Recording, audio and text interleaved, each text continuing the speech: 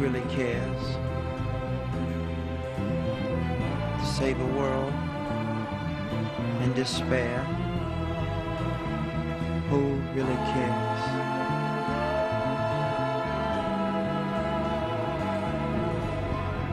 There'll come a time when the world won't be singing,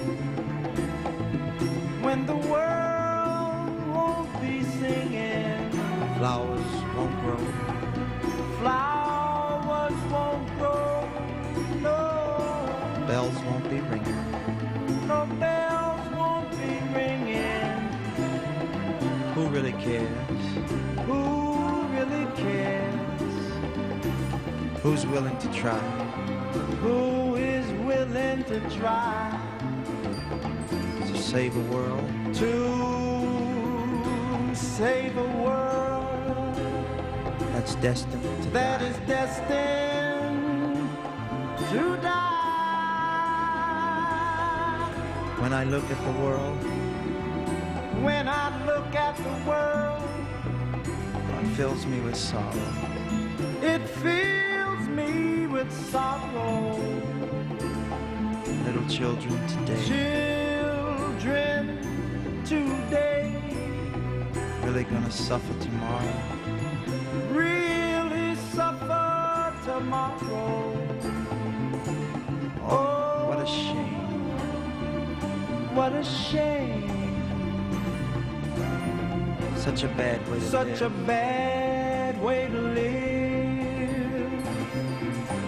Who is to blame? Who is to blame? We can't stop living. When we can't stop living. Oh, oh. Live. Live. Live for life. Live for life. But let live, everybody. Live life for the children. Live life for the children. Oh, for the children. You see, let's save the children. Let's save all the children. Save the babies. Save the babies. And if you want to live, you got love. Save the babies. Oh, the good feeling you got feeling. You will save the babies. All of the children.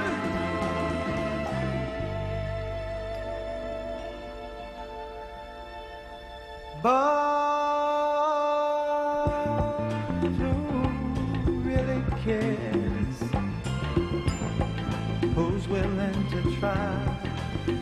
Yeah, to save our world. Yeah, to save our sweet world. Save a world that is destined to die. Oh, oh, oh, la, la, la, la, la.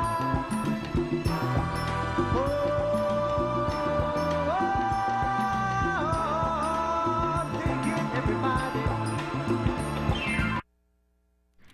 You're listening to Black Women's Leadership Council on WURD Radio 96.5. 96.1 FM, 900 AM, streaming live on wordradio.com. And good afternoon. And good afternoon to you, Emma. Oh, good afternoon to you. How you doing? I'm doing. You're just doing, right? Yeah, I'm just doing. So we're waiting for a reader who's going to be a few minutes late. Yes. But we can catch up. You know, there's so much going on, and, you know, much of it is not good. No. And sometimes we like to come and say that that we're doing some good things, and that we're overcoming some of this stuff.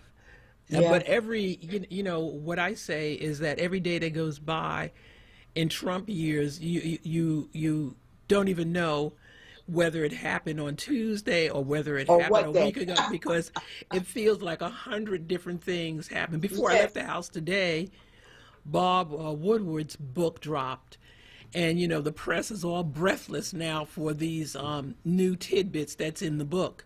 Right. And all of it says at the end, if no matter what book you read about him, Right. the essential underlining fact is that he's a slug. And Yes, there's sir. not many ways you can say it.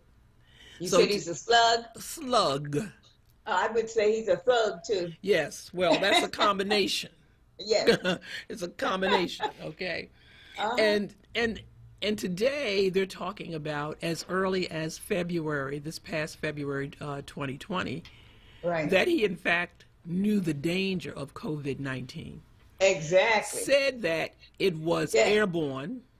Yes. Said that it was dangerous and that he was deliberately downplaying it because he didn't want to scare the people. That's right. And if he had all of these facts and he knew this, we would be forgiven if he didn't want to scare people, but that he took action. That's the problem. But he didn't take any action. So he That's the suggested to people that they should not wear masks. He suggested to people all of the things that they shouldn't do.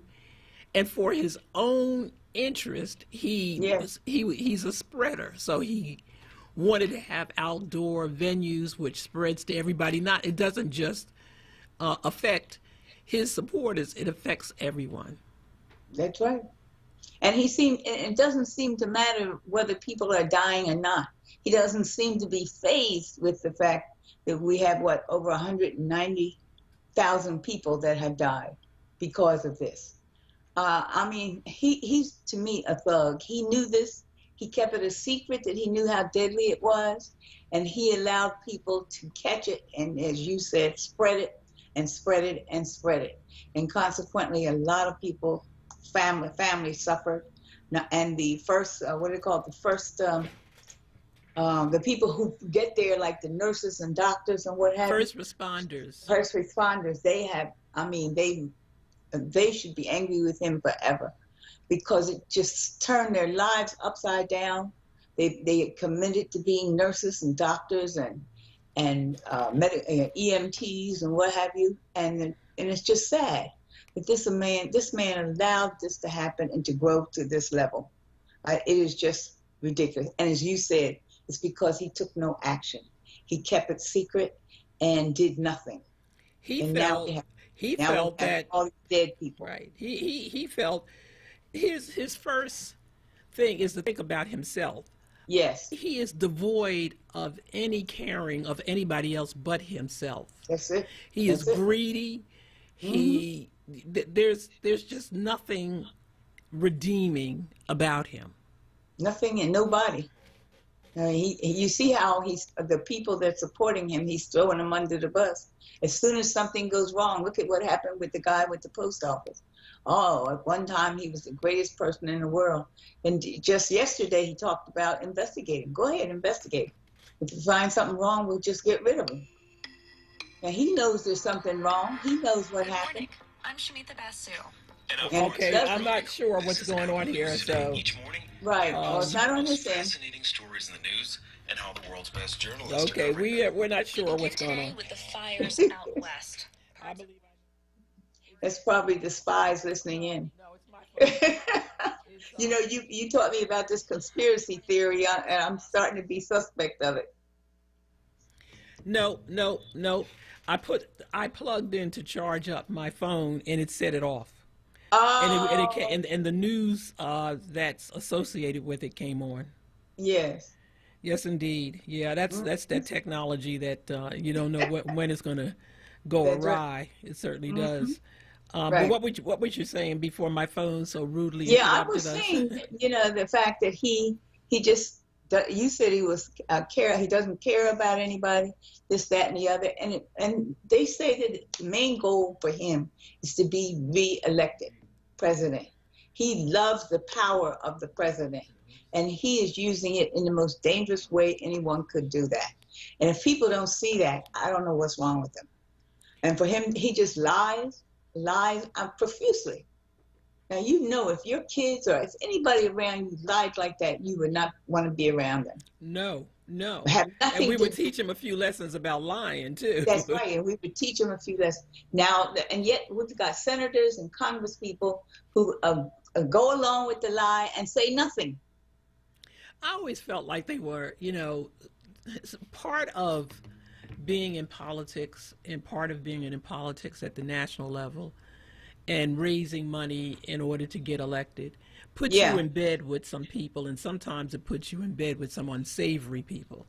Sure. And then you do things that you don't want to come, you do things at night that you don't want people to know about in the daytime. Yes. And I think that a lot of the people in the Republican Party who are his enablers are, I assume that they got something on them, and they probably are blackmailing them. Just can't help but think that. That's right. And because Donald Trump has a way of saying things like, "I know something about you too," Yeah.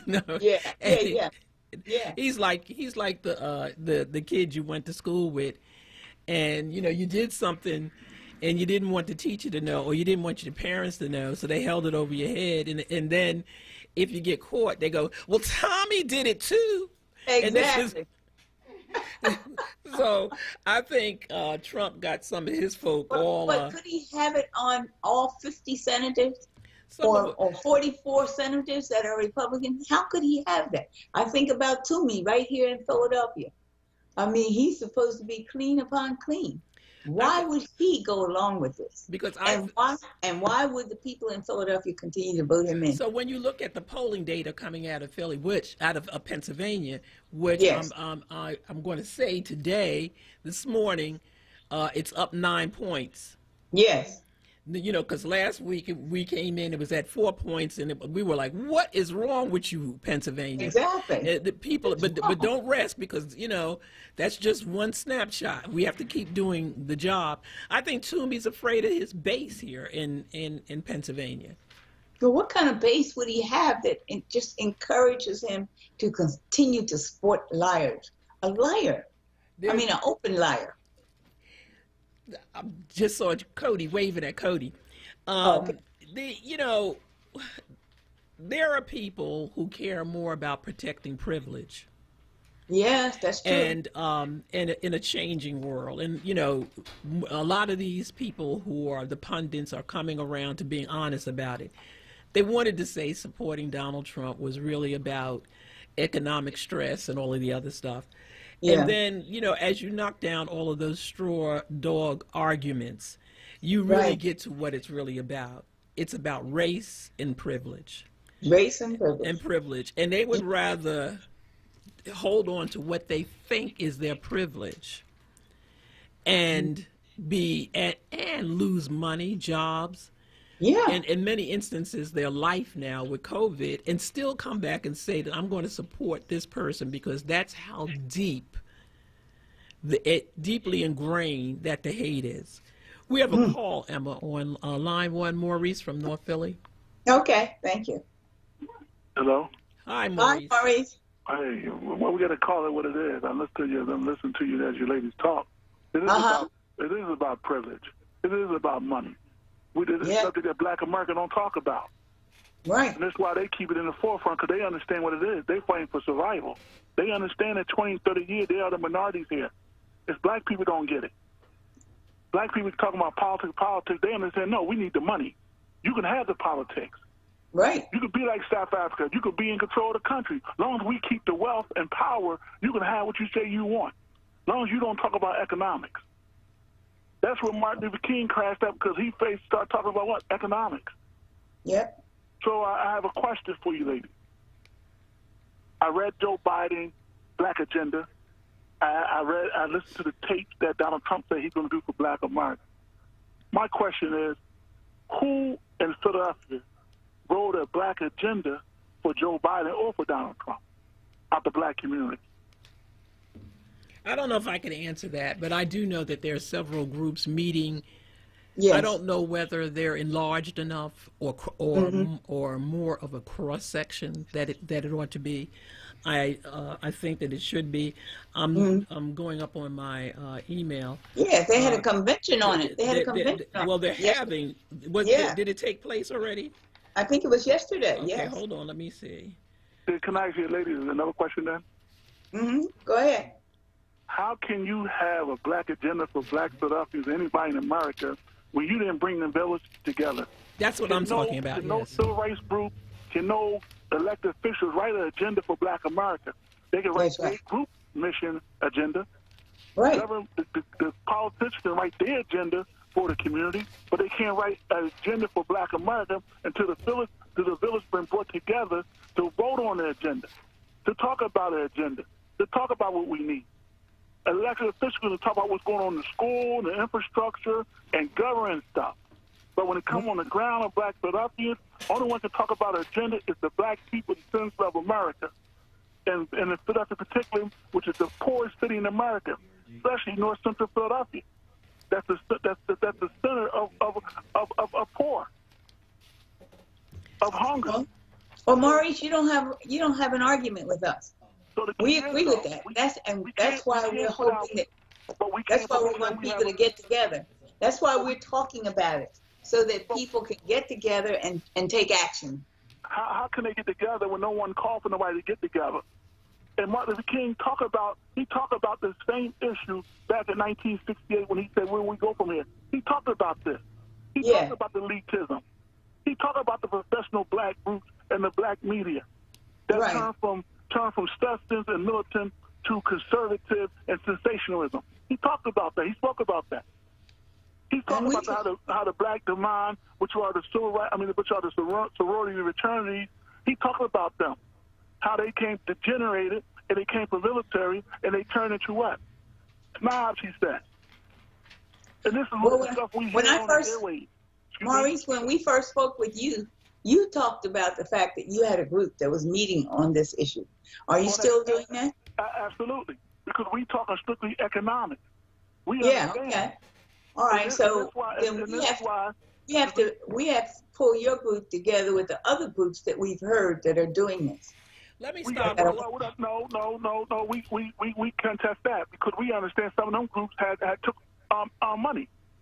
We're not working with that, so we want to be clear on that. We're talking about black groups. Black groups took money. Black groups.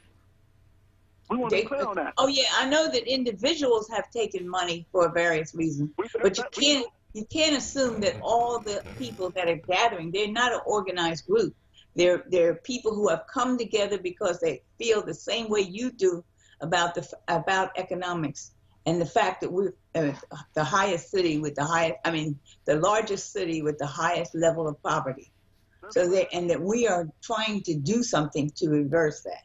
And one of the things we're talking about is what is Biden offering to do? What is his platform, and what kind of commitments is he making economically to the black community? Make a commitment to the black community because the black community never gave him an agenda. Now he can write something on his own terms about the black community, but in realness, you have to get it from the people. And then the people will vote as a block. This is what we want. He can't make assumptions what we want. We never told him what we want. No few people can decide what the masses need to the masses say what they need. Well, you know what? People have to start organizing the masses more. That's right. You know, if everybody comes and they have a little group, and then the other group says, well, the other one isn't legitimate or not. Exactly. Which is what we do in the black community.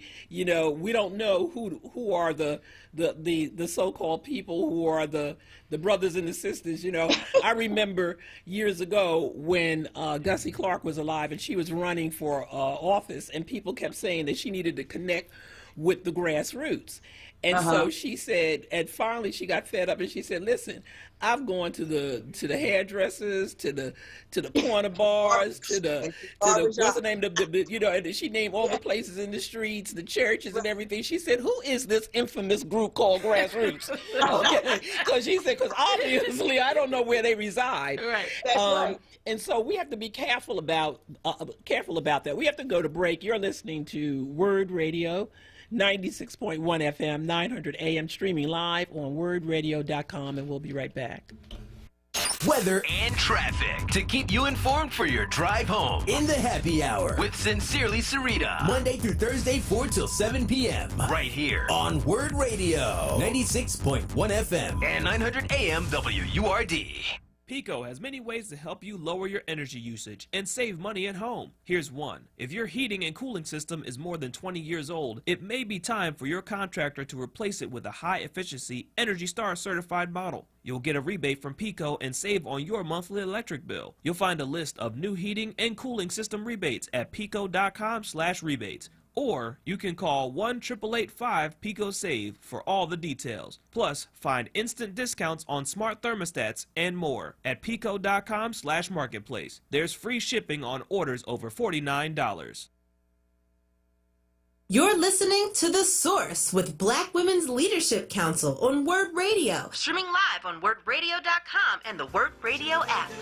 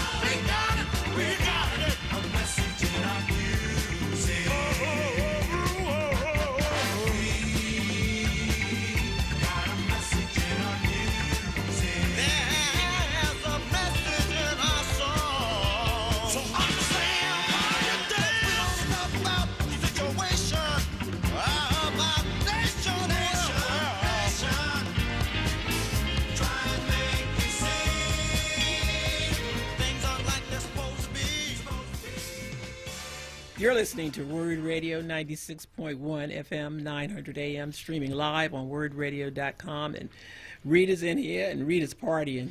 I am. I need a little release. I need a little happiness, some celebration. Right. That's what I need. I need it. I really do.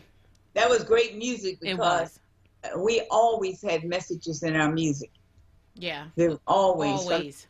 From slave days, our message was in our music. That was a great song, Joanne. So I wanted to go back to, before we have a couple of calls on the line, but I just wanted to go back to this convention. It's called the North Star Convention. Right. And the forums are from September 8th to the 29th. And then they're going to have a 2-day convention on October. And they're having forums now, one on gun violence. I think that might have been yesterday. I'm not quite sure. Police, criminal justice, reform, economic justice, black women and girls, health and environment, and education. Right. And if you're interested in it, it's called NorthstarConvention.com. You can go to the website again, NorthstarConvention.com. I think that we all can come together whichever way that we can, and because no one has a corner on the market of what we need in our community. So that's my thought. We're going to go to a call. We're going to go to line to Steve from Atlanta. Good evening. Good afternoon, Steve. Well, you might have to excuse me because I may not speak the King's English, but no, any English is fine with us. We understand it. That's right. I have a few things to piggyback off of your earlier statements about your president. I remember this guy back in the 70s. I mean, this guy is greasy as they come. I mean, back in the 70s, you did not run a casino in Atlantic City unless you were greasy. I mean, let's just be frank.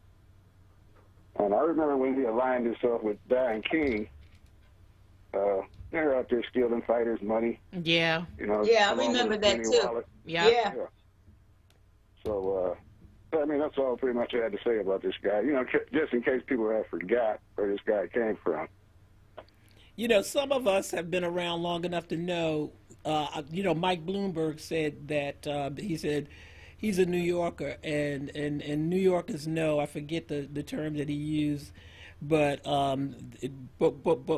we know a charlatan when we see it. Absolutely.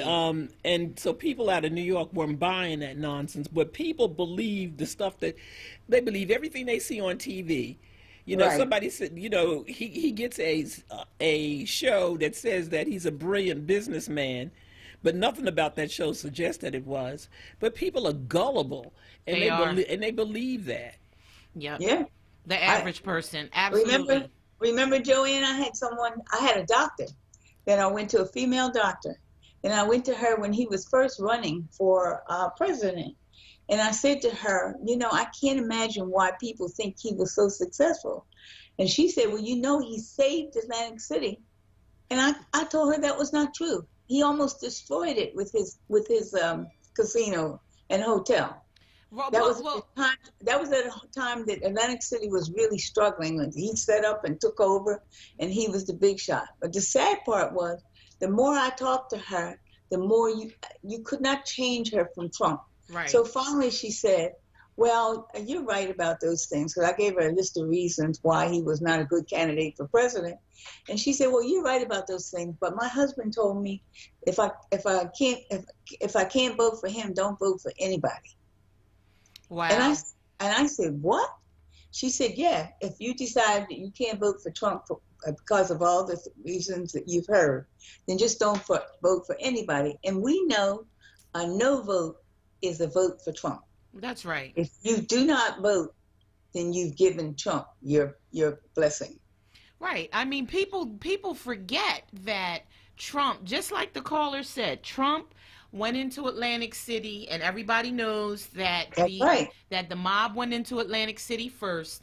And Trump had 2 or 3 casinos. What they do, yes, he did. When you put those strict laws in, then you have to find somebody. If you are involved and have a record, then you put your front person up. Right. That's clean. That can stand the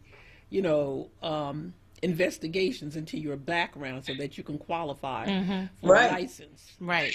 And I think, that there was a lot of that shenanigans going on with him. That's why he didn't make any money there. He didn't. Because I think the money was being sloughed off. It had to be. He had like 2 or 3 casinos. Trump And Tropicana, he had Trump Caesar, he had a lot of casinos. Part of him keeping people out of looking at his tax records and digging in their finances, it's very interesting that these books are coming out, that the Mueller report never investigated his connection to Russia. Right. That although people suspect that it was, but he effectively used his presidency to cut off every avenue. Yeah. To keep them from investigating. He's filed lawsuits and to keep people from getting into his records from Deutsche Bank, getting into his tax records, because he knows that all of these agencies are investigating him. And it's all going to go back to illegal operations. I mean, money laundering, and his casinos were not successful. He filed bankruptcy multiple times on his casinos. So people forget the longevity. He did have longevity, but the longevity was based on bad business practices. And he would file bankruptcy and keep operating. Well, just like one of the commercials said, he inherited money from his father and he went bankrupt, and then he inherited a good economy and a good economy from Barack Obama, and then now he's bankrupt that too. We're That's going to go to right. line 3, Jacob from Albany. All right. Peace be unto you, sisters. How y'all doing? Okay. Hi, Jacob. All right. Okay. You know what? Philly International. I heard y'all. I'm getting a little echo. I know I got everything off here. I don't know what that is. But anyway, Philly International is a message in the music, right? Yep. Yes. I played with Harold Melvin in the Blue Notes. All right. Oh, you did. Did and you? he had a tune, look, wake up, everybody. Yep. That's right. That's right. It was great. No more backward thinking, time for thinking ahead, right? That's So right. that's what we got to do. We got to stop. We got to stop this crying about anything. We keep trying to reinvent the wheel, and we don't have to do that. I heard you say something about Black Star. Right. North Star. Garvey, the North, I mixed it up with Black Star because I was thinking of the Honorable Marcus Garvey. Oh, the yeah. Black Star line, right? Right. And he said to us, "Up, you mighty race, you can accomplish what you will." And I was corrected because I used to say nation, but he actually said race. I remember the rapping professor corrected me, and I had to. I'm glad he did, because from this point on, I will say the correction. Right. And he said, "Up, you mighty race, you can accomplish what you will." Right. Now, I keep hearing us as black people, we cry because the white banks don't lend us the money. They'll lend everybody, but they won't lend the black. Well, look, capital is what we need. Didn't Queen Latifah sang a song saying UNITY, right? Yes. Right. Didn't Sister Chappelle give us a unity bank? That's right. United We Bank. put our money in it. United Bank. That's right. Right, United Bank, but and it takes unity when you open That's up a right. bank. That's what it takes. Imagine if black people took that $1.3 trillion that we handle every year and put it in some black banks and give them the opportunity to lend to whom they want, right? Yeah, that would be power. Crying. That's power. That's So power. all we got to do is wake up, right? And stop crying.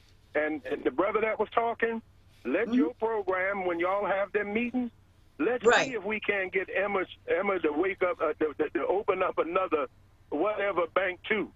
And then we start putting our money in there so we can do what we got to do, right? That's right.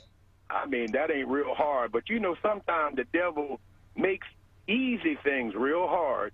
And it look like they just muddy the water so much so we can't see one person in front of the other. But we need to put some filters on this stuff, clear the water, and march towards success. And we can do that. I don't care who's in the White House. We're going to have to do that, right? Yeah. Of course. All right. Well, thank Great you very state. much. Great conversation. Thank you, Jacob. But let's always take it with a grain of salt. What he is saying is so true. But we also have to remember that black people don't manufacture anything. We don't own things. So that $1 trillion is consumer dollars that we spend because we don't have businesses in our communities that manufacture the things we need. We don't own businesses where we have centralized doctors and lawyers, and so we can go to our own doctors and lawyers. We don't centralize our services that way. We don't manufacture things. So it's easy to say, oh, take that $1 trillion spending power that we have and just use it and put it in a bank. But we don't make anything and we don't manufacture anything. So that we have to rethink how we utilize that money and how it would be utilized, because it's all consumer dollars that are spent on goods and services. Well, we're going to have somebody on the show who talks about that, and there's a couple of shows on Word that come on, and they speak specifically to those issues, and we're going to encourage people to listen to them. Absolutely. And but you're right in that sense. But we have to. It begins with understanding that we need to do it. Yep. We're going to go to line 3, Mary from Mount Airy. Yes. Good afternoon, ladies. Good afternoon. Good afternoon, Mary. Hi there.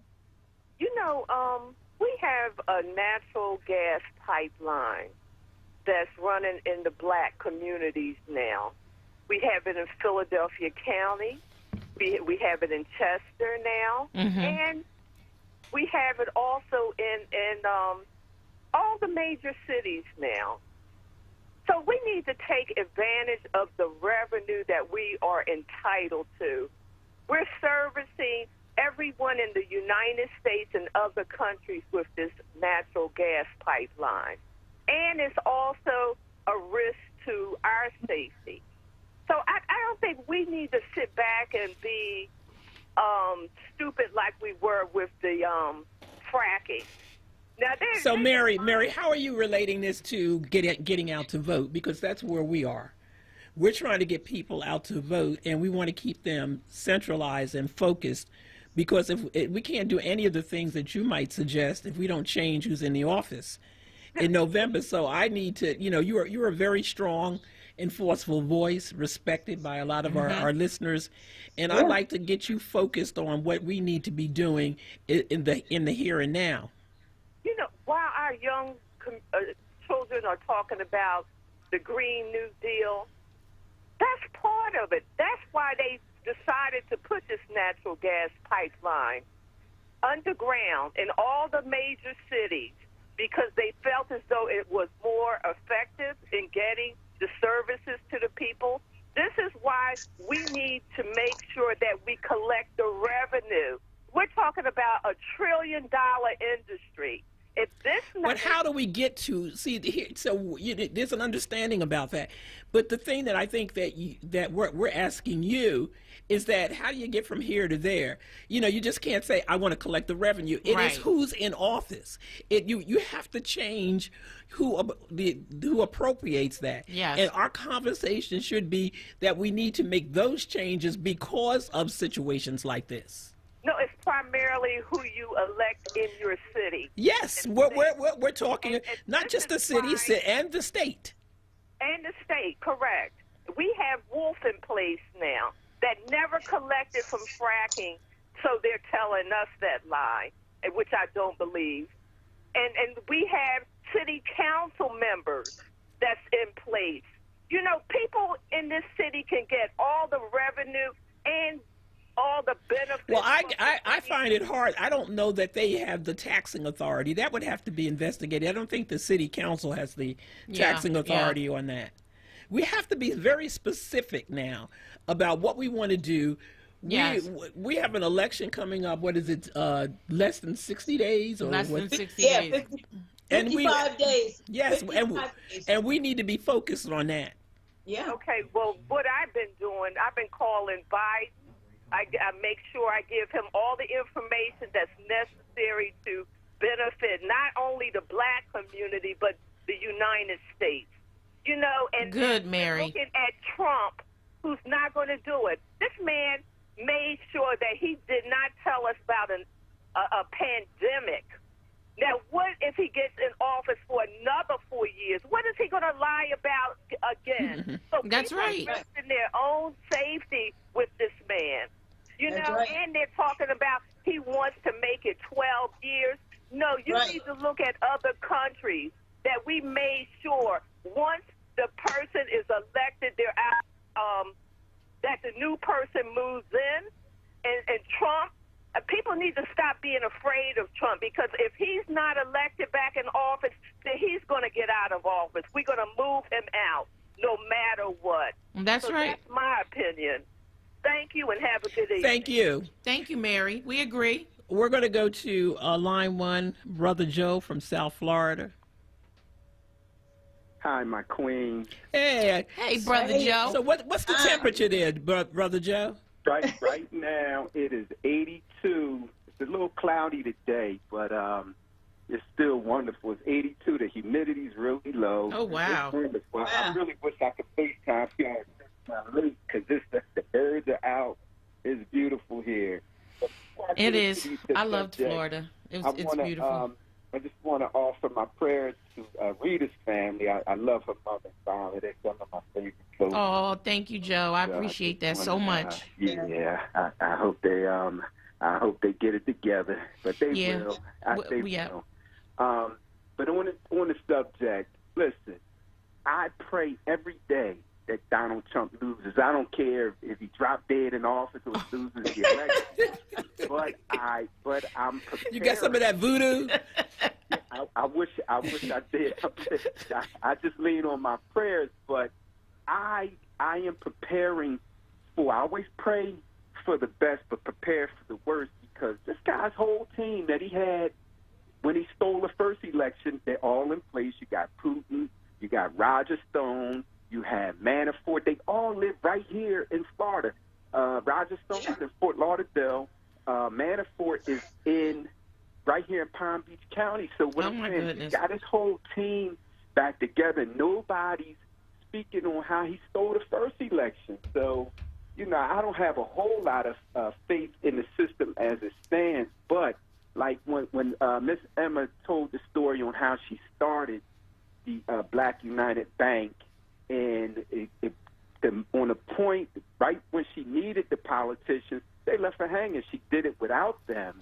And that's what I wish our people would understand, that we don't work for the politicians. They work for us. They do tax and spend. That's they right. take our tax dollars, and people always talk about what they, like Mary from Mount Airy. I love her, but that's our money she's talking about. All we want is a return on our investment. That's right. The American government doesn't create anything. They just tax, and then they spend. So if we could just get them to redirect some of that money into our communities, but I've never counted on the politicians. I use them when I need to use them, but I try to stay away from them because they always come back on the back end, and they need something else from you. Money. Money. Right, and vote. They come to see you when they need you to vote for them. Right. A vote and money. So, yeah, so again, if we could get our people to just start to think independently, that way it don't matter who's in office. If we're thinking right and moving right and holding them accountable, making sure that, you know, we get our fair share of these contracts, specifically in a city like Philadelphia, and then the people that get them, that make sure that they keep them and that they don't get them snatched away, like the company that you always, you know, that you guys always talk about, that had the contract snatched away from them. Yep. While Darrell Clark is the president of city council, and you had all these other people in place. But we got, you know, we got to just hold them accountable, because to me, Jim Kenney is nothing but a Democratic Donald Trump. He don't care nothing about black people, but we reelect him overwhelmingly every time he runs for something. Now, you know he's running for governor. This is where we hold his feet to the fire. So that's it. But I love y'all. We thank you for your call. We got to go to break. You're listening to Black Women's Leadership Council on Word Radio, 96.1 FM, 900 AM, streaming live on WordRadio.com. We'll be right back. Need a new mattress? Stop by to see Julian, the Mattress Man, located at 7421 Stenton Avenue. You deal directly with the owner, Julian, to ensure the best prices on name brand mattresses like Sealy, Posturepedic. Call 215-424-5550. That's 215-424-5550. Tune in this Saturday from 5 to 6 p.m. for the Islam Today show, with a perspective on moral guidance and Islamic principles and values. When might you be buzzed? When you suddenly love everything. You guys, I love this song. I love these nachos. I love our kickball league. Ugh! I love this guy. What's your name? You know what I'd love? A ride when it's time to head out. If you see a buzzed warning sign, call for a ride when it's time to go home. Buzz driving is drunk driving. A message from NHTSA and the Ad Council. I love your car. Is this real leather?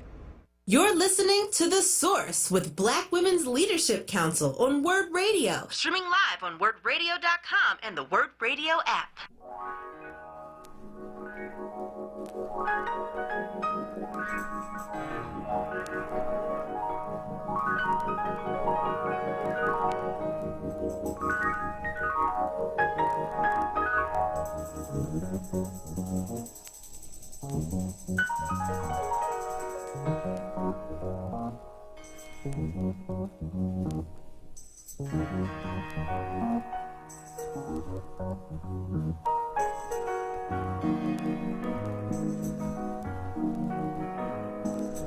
Wake up, everybody, no more sleeping in bed. No more backward thinking, time for thinking ahead. The world has changed so very much from what it used to be. There's so much hatred, war and poverty.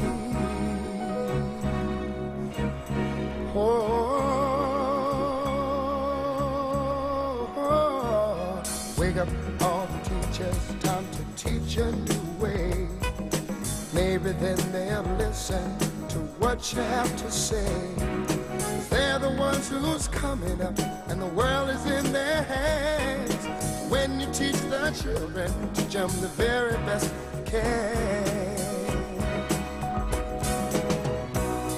The world won't get no better if we just let it be. Na na na na na na na. The world won't get no better. We gotta change it now, just you and me. Wake up all the doctors, make the old people well. They're the ones who suffer and who catch all the hair. But they don't have so very long before their judgment day. So won't you make them happy before they pass away? Wake up all the builders, time to build a new land. I know we could do it if we all lend a hand. The only thing we have to do is put it in our minds. Surely things will work out. They do it every time.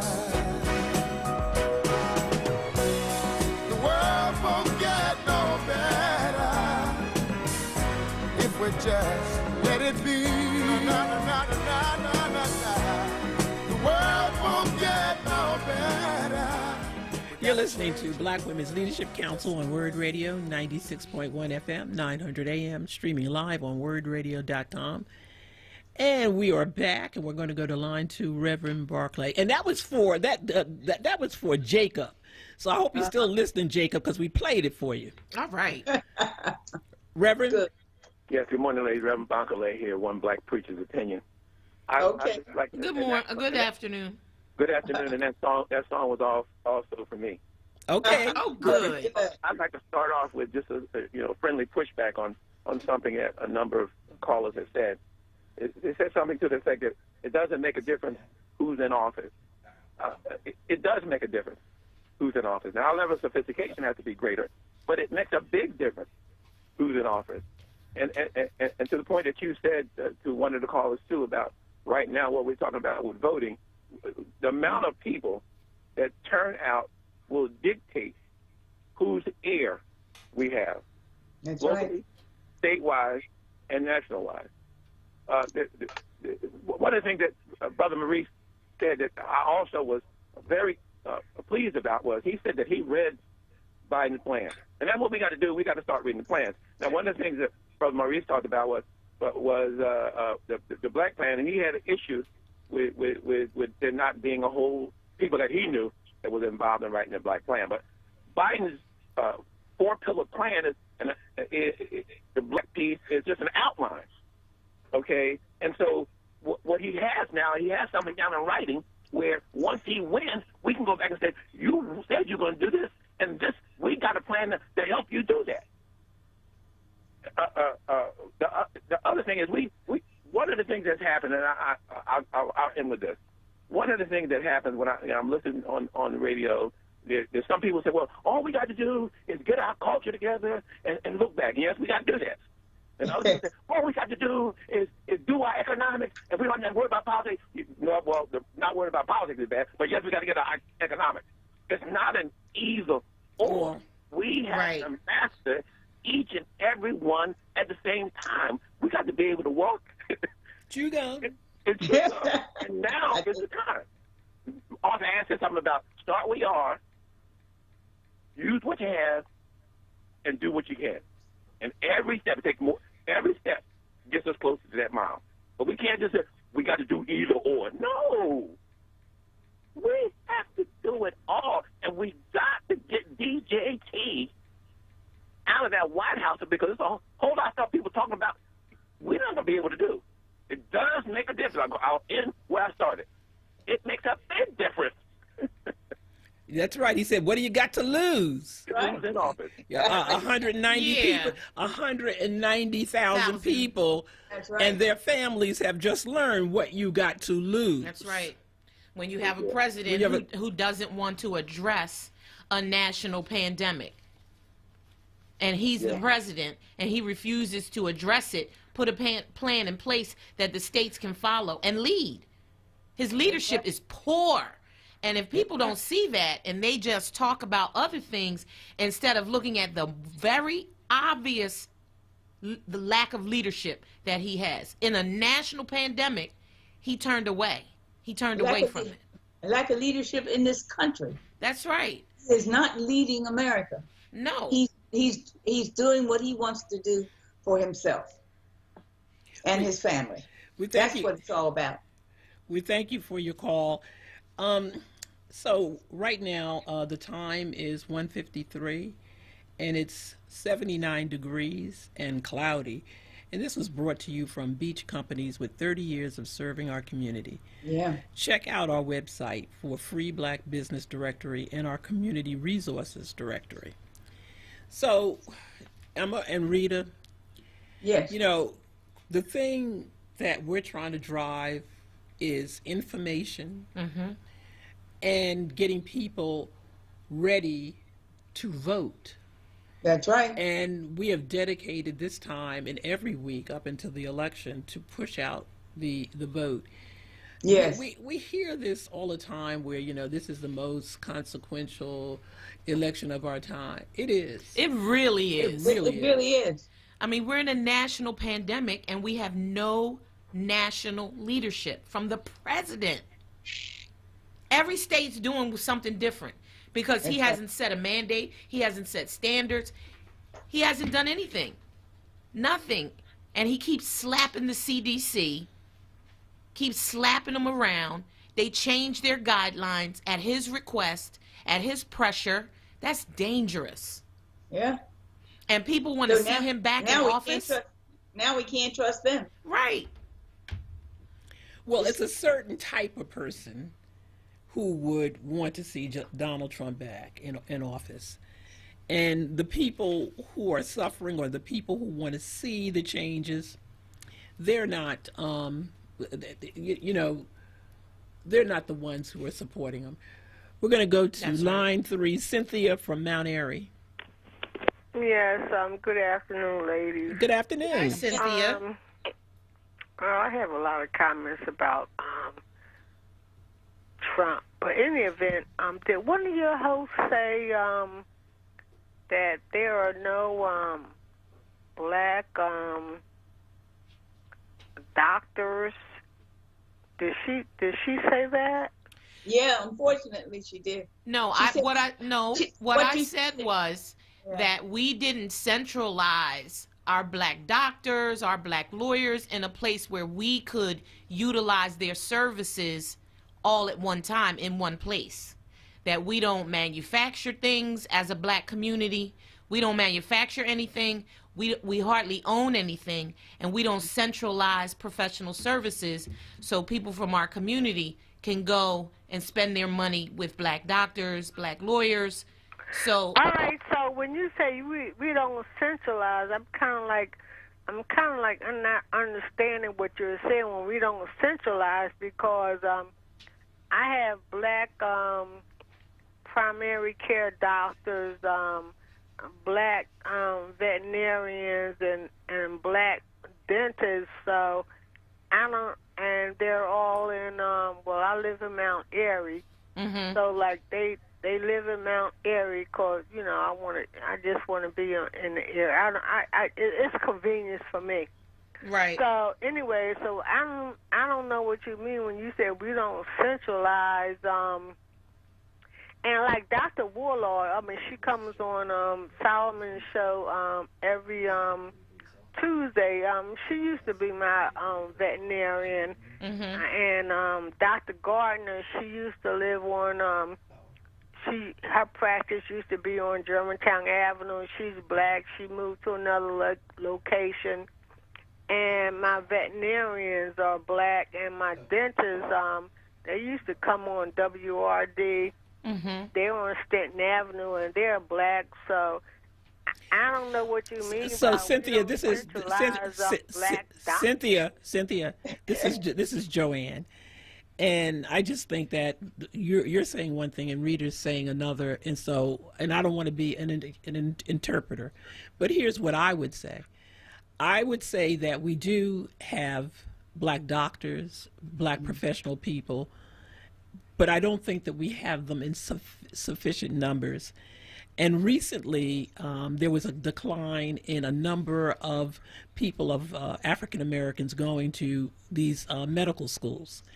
And so just last week, Bloomberg announced $100 million to these medical schools in order to encourage and pay for tuitions. Because when you go to these professional schools like medicine and law, when you come out, if you've not come from a family of some significant wealth, you are burdened with significant student loans and debt. And so you have to choose where and how you can practice. And I think what Rita was trying to speak to was that in a large way, saying that we have to have more because there are big practices where people all group together and these practices make money. We're sitting on a radio station whose foundation was built on one of the most celebrated doctors in Philadelphia, and that was Dr. Lomax. But for the fact he had a large practice separate from the fact that when he won a large state contract, but he was ready, prepared, and had a big practice with several offices. What we're not seeing today is the building upon that. We're not seeing the ownership levels that even existed in the 90s. So what we have to do, because we can take 5 steps forward and 10 back. And so what I think she's trying to say is how we build that and how we build upon that. Would I be correct? Absolutely. It's great that Cynthia lives in Mount Airy because I grew up in Mount Airy. So there were Black lawyers, there were Black doctors, there were Black business owners in the neighborhood. And so when you live in that kind of neighborhood, you can utilize Black services. But that's not all of our community all over the city. And if we're going to harness our power, our economic power, because we do spend $3 trillion. We spend $3 trillion, not in our community, outside of our community. So that's what I was speaking to, is that we need to manufacture things. We need to produce goods and provide services to our own community in a way that we can take that $3 trillion and that we can spend them within our community. So if we don't make that concerted effort, then we don't harness that power of the $3 trillion. We want to thank you, Cynthia, for your call, and call us back, because I love Absolutely. the challenge. I definitely love the challenge, and the listeners can bring us some valuable information. You're listening to Black Women's Leadership Council on Word Radio, 96.1 FM, 900 AM, streaming live on wordradio.com. We'll be right back. So you just finished binge watching that entire TV series? Now it's time to binge listen at wordradio.com. Check out our archives of WURD on demand and listen to some of the most memorable moments from your favorite hosts. Word Radio on demand. Check it out right now at wordradio.com/podcasts. Family Therapy Vignette Moments with Dr. Lucille Ijoy. It's never too early to talk about registration and voting. Listen to this rap about registration and voting. It's called A Two-Step by Dr. Lucille W. Ijoy and Bill D. Jolly.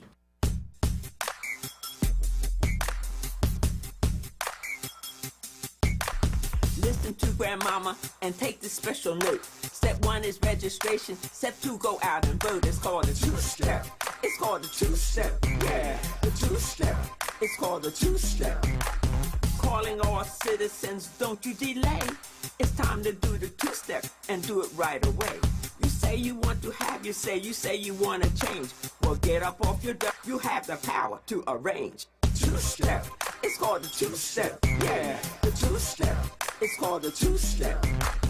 Listen to Grandmama and take this special note. Step 1 is registration. Step 2, go out and vote. It's called a two-step. It's called a two-step. Yeah. A job's about a lot more than a paycheck. It's about your dignity, Under my plan, 50% of emergency small business relief would be reserved for the smallest businesses to recover from the economic mess we're in and to rebuild the economic future our country deserves. We can't just build back to what it was before. We have to build back better. If we truly want to reward the work in this country, we have to ease the financial burdens of care that families are carrying.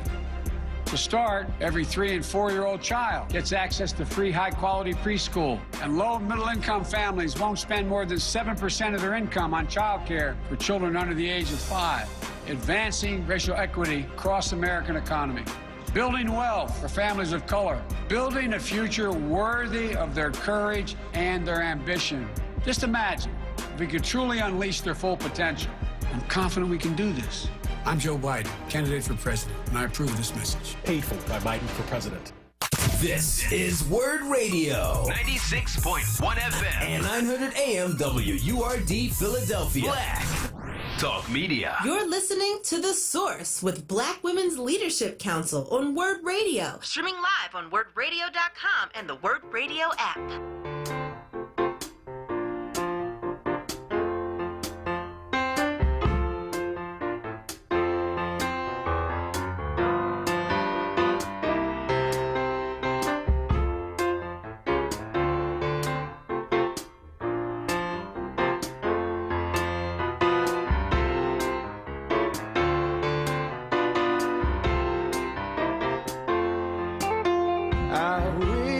I knew how it would feel to be free.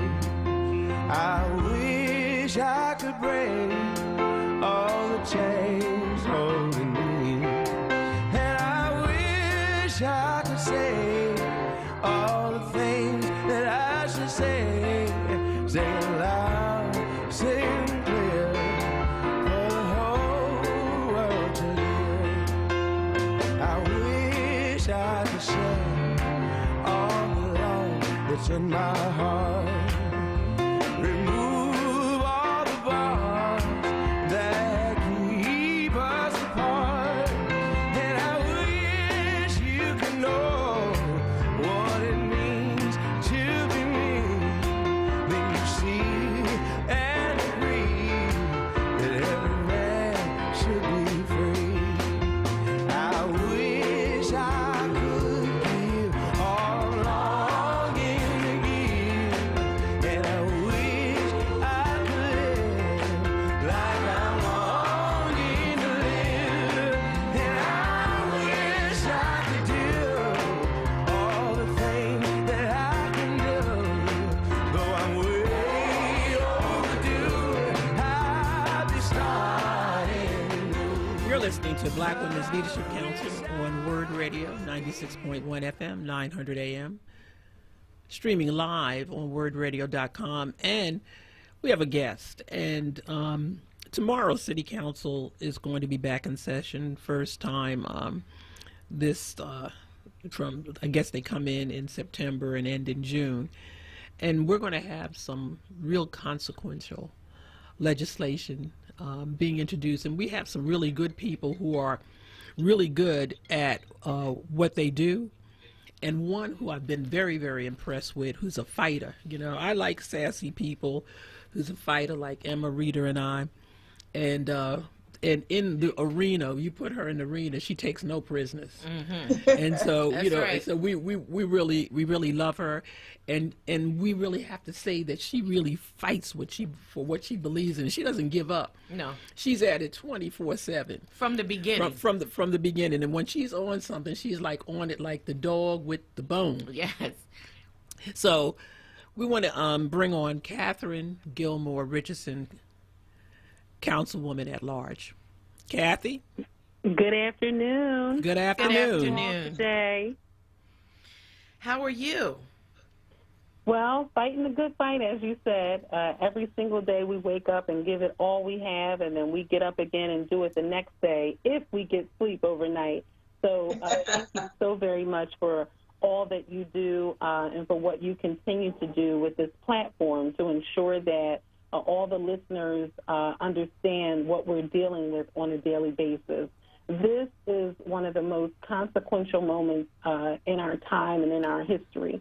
And it's important that we, particularly as African American women, take our rightful places where we belong to ensure that we are fighting for the future of our community. So I just want to thank you so much for all the work that you've done over the years. I had an opportunity to listen to a video with Ms. Emma, just talking about her rich history, working with Jesse Jackson and some of our other civil rights leaders. So I just want to thank you for setting the tone for all of us who are now fighting the good fight every day. Thank you. Thank you very much. Absolutely, Kathy. That those are words well spoken. Thank you. Phones are on.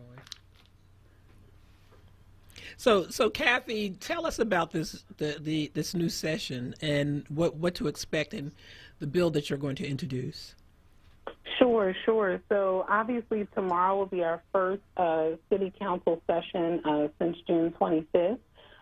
We have been working very hard over the summer, having hearings on gun violence and just the general state of our city dealing with the COVID-19 pandemic. But tomorrow is our first full City Council session wherein we will introduce legislation and seek to pass legislation that we have been working on. And, for me, I think, we always knew this and understood this, but as elected public servants, it's truly our job to proactively engage with all of the people that we serve in our city to ensure that we are working on the issues they care about. And one of those issues, for me, has been bringing transparency and accountability to the overall police contract process.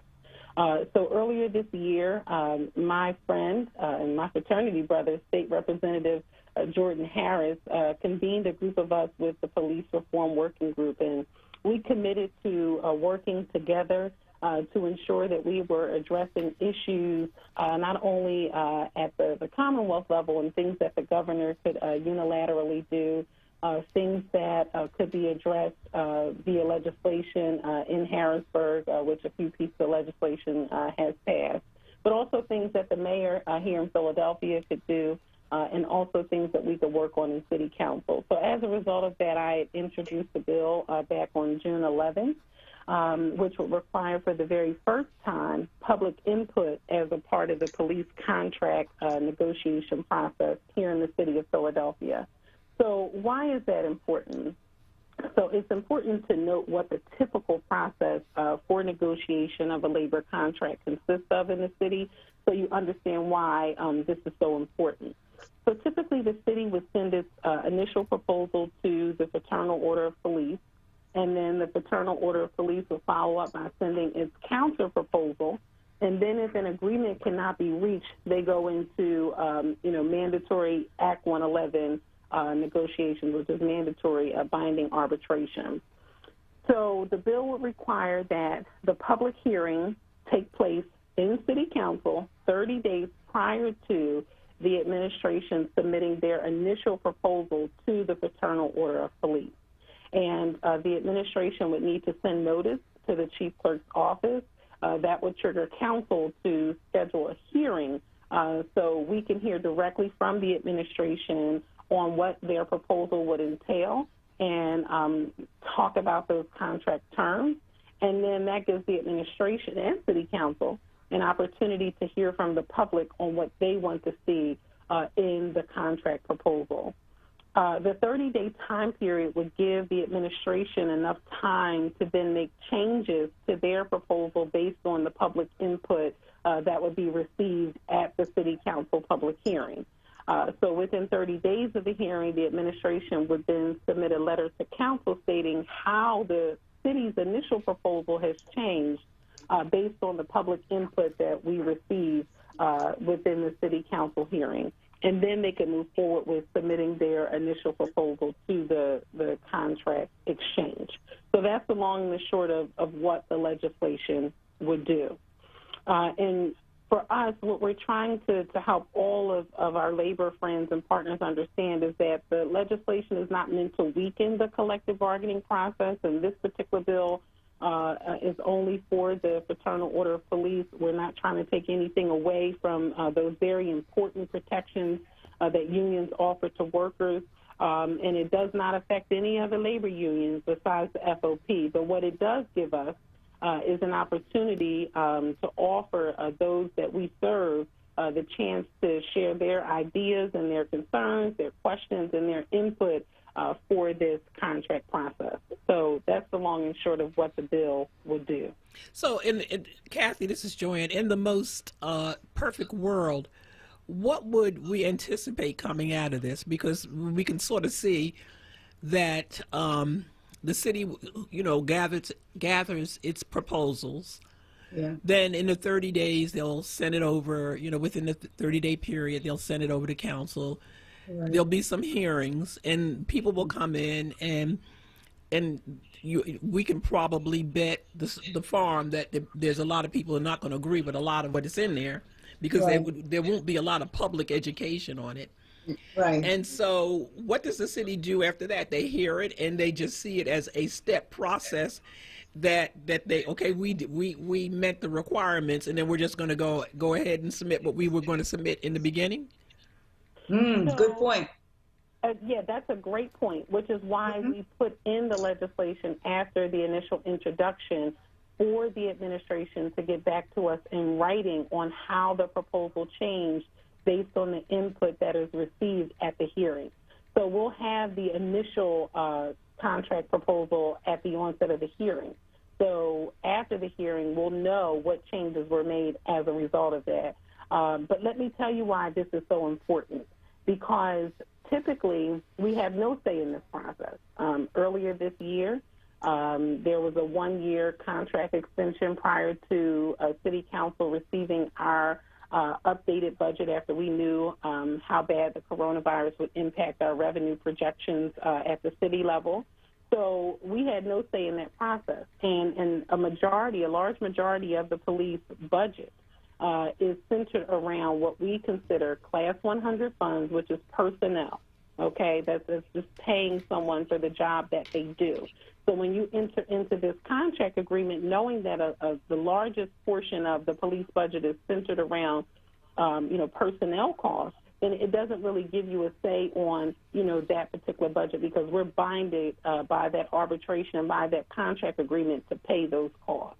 But also, at a time when we know our revenues are expected to drop rapidly, which I've been, checking the monthly reports from PICA every month and looking at our revenue projections month over month, we, knew back in May, once we received that revised budget, that there were a lot of painful cuts to personnel and services that would result because of the lack of revenue collection around the coronavirus.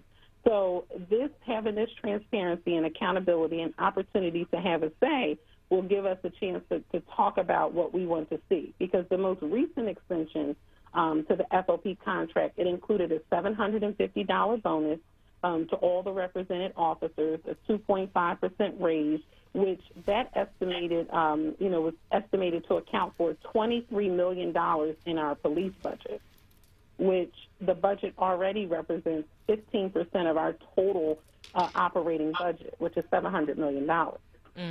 Did the mayor do that trade? Did the mayor do the trade with them in order to get that 1-year extension? So for me, seeing that 1-year extension happen prior to City Council receiving the revised budget package, that's a way for us, to not be able to really figure out how we can look at a potential reallocation of resources. Because again, with the $750 bonus to all the represented officers and the 2.5% raise, that's an additional $23 million right there that we must pay because you're bound by those contract terms. Were all of was firefighters, District Council 33 and 47 also given an extension? Was there any bonuses or inputs or wage percentages given to them? Increases, any increases, yeah. Yes, I know that they all renegotiated, I think, 1-year terms. I don't have the exact terms for each of those organizations, but I know that they all did renegotiate at least for 1 additional year. Same as the police. Mm-hmm.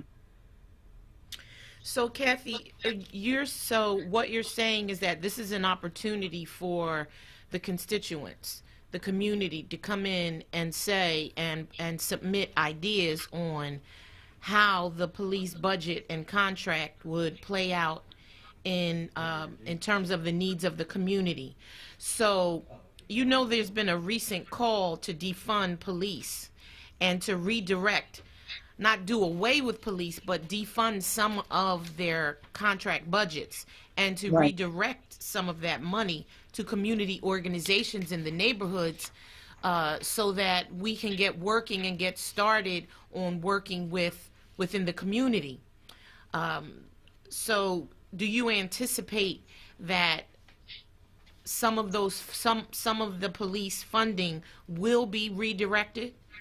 Will the proposals, if they come in that way, will they be respected, and will that occur or not?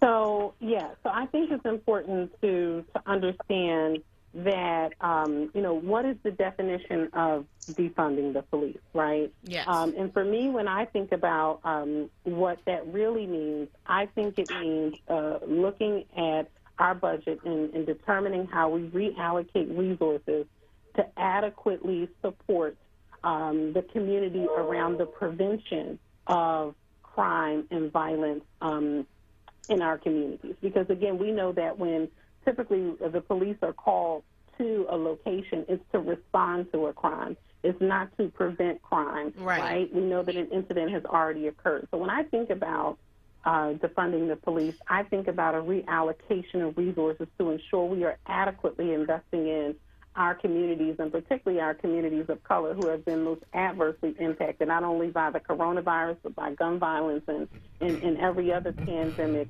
that we've experienced in this country, which I think the biggest one is racism. So I think this is an opportunity for us to think about how we restructure and reallocate those resources to adequately address the needs of communities. And so finish your statement. We have somebody else on. Okay. And so does that mean that if the community is saying, well, we want X number of dollars to go towards violence prevention or gun violence or education of the community, is that something that is going to happen simply because the community submits a proposal? So no. And really the proposal is it gives the community an opportunity to have input and a say on what we see in the proposal. Mm-hmm. But it's important to note that whatever's in that proposal will really significantly impact our ability to look at resources, knowing that almost 90% of the police budget does go towards personnel. Okay. So when you're talking about a $700 million budget and a large portion of that budget goes towards personnel costs, things that you are bound to cover because of your contract proposal, it's vitally important that we give the public a say in that proposal part of the process because of how much it means to the budget. Got it. Okay. Yeah, that's why it's important. So, Kathy, we want you to hold on with us. We have Commissioner Omar Sabir on, and we have to go to a break, and then we're going to come back, and we want to join both of you and talk about a little voting, and then we'll come back and finish up with the other stuff with City Council, so please hold. Thank you. You're listening to Word Radio, 96.1 FM, 900 AM, streaming live on wordradio.com, and we'll be right back. Listen to Laborers Live. We created the weekend. We created the 40-hour work week. We just want enough to feed our family, be able to send our children to college, and let our next generation do better than we did. To people that might have forgot how important unionism is in a country like the United States. People now infringing on our 8-hour work day, trying to work people more than 8 hours without overtime, trying to work people without benefits. In the long run, everybody's getting a fat paycheck except the worker. So this is really a wake-up call for America. The struggle is continuous. Tune in to Laborers Live every Friday from 4 to 5 p.m. Sponsored by LESIT, the Laborers Employers Cooperation Education Trust of the Laborers District Council of Philadelphia and vicinity. Local 332, Sam Staten Jr. Business Manager. Local 57, Esteban Vera Business Manager. Local 135, Dan Woodall Jr. Business Manager. Local 413, James Harper Jr. Business Manager. The Laborers District Council, Ryan Boyer Business Manager, and Tony Staten Staten, Executive Director of Lesset. Always Best Care is a great place to work. Flexibility. Leadership. Purpose. Great benefits. There's never a dull moment. Diversity. Inclusion. Compasión. We love our jobs.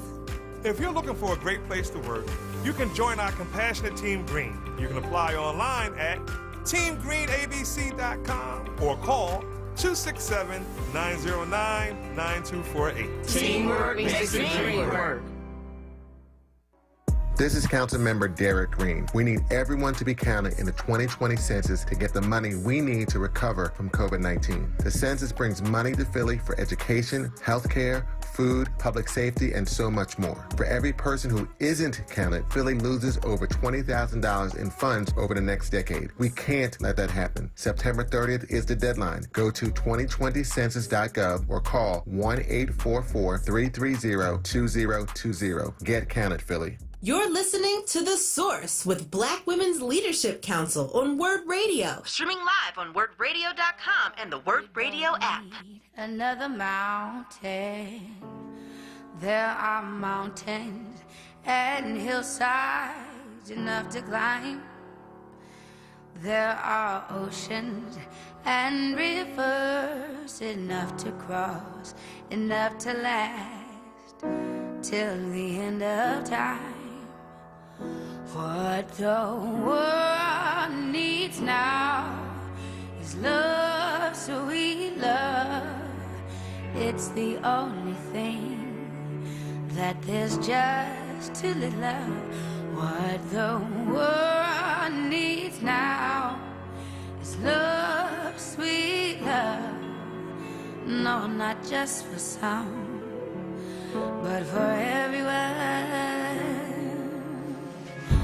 Oh, we don't need another meadow.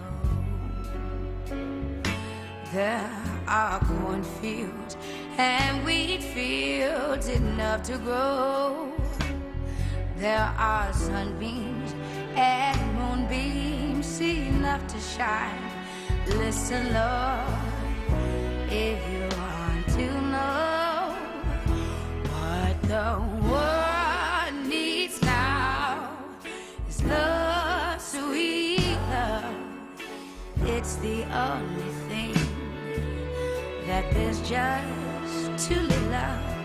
What the world needs now is love, sweet love.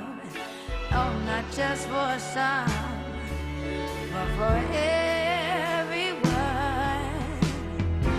Everyone, what the world needs now is love, sweet love. You're listening to Black Women's Leadership Council on WURD Radio, 96.1 FM, 900 AM, streaming live on WURDRadio.com. We're back.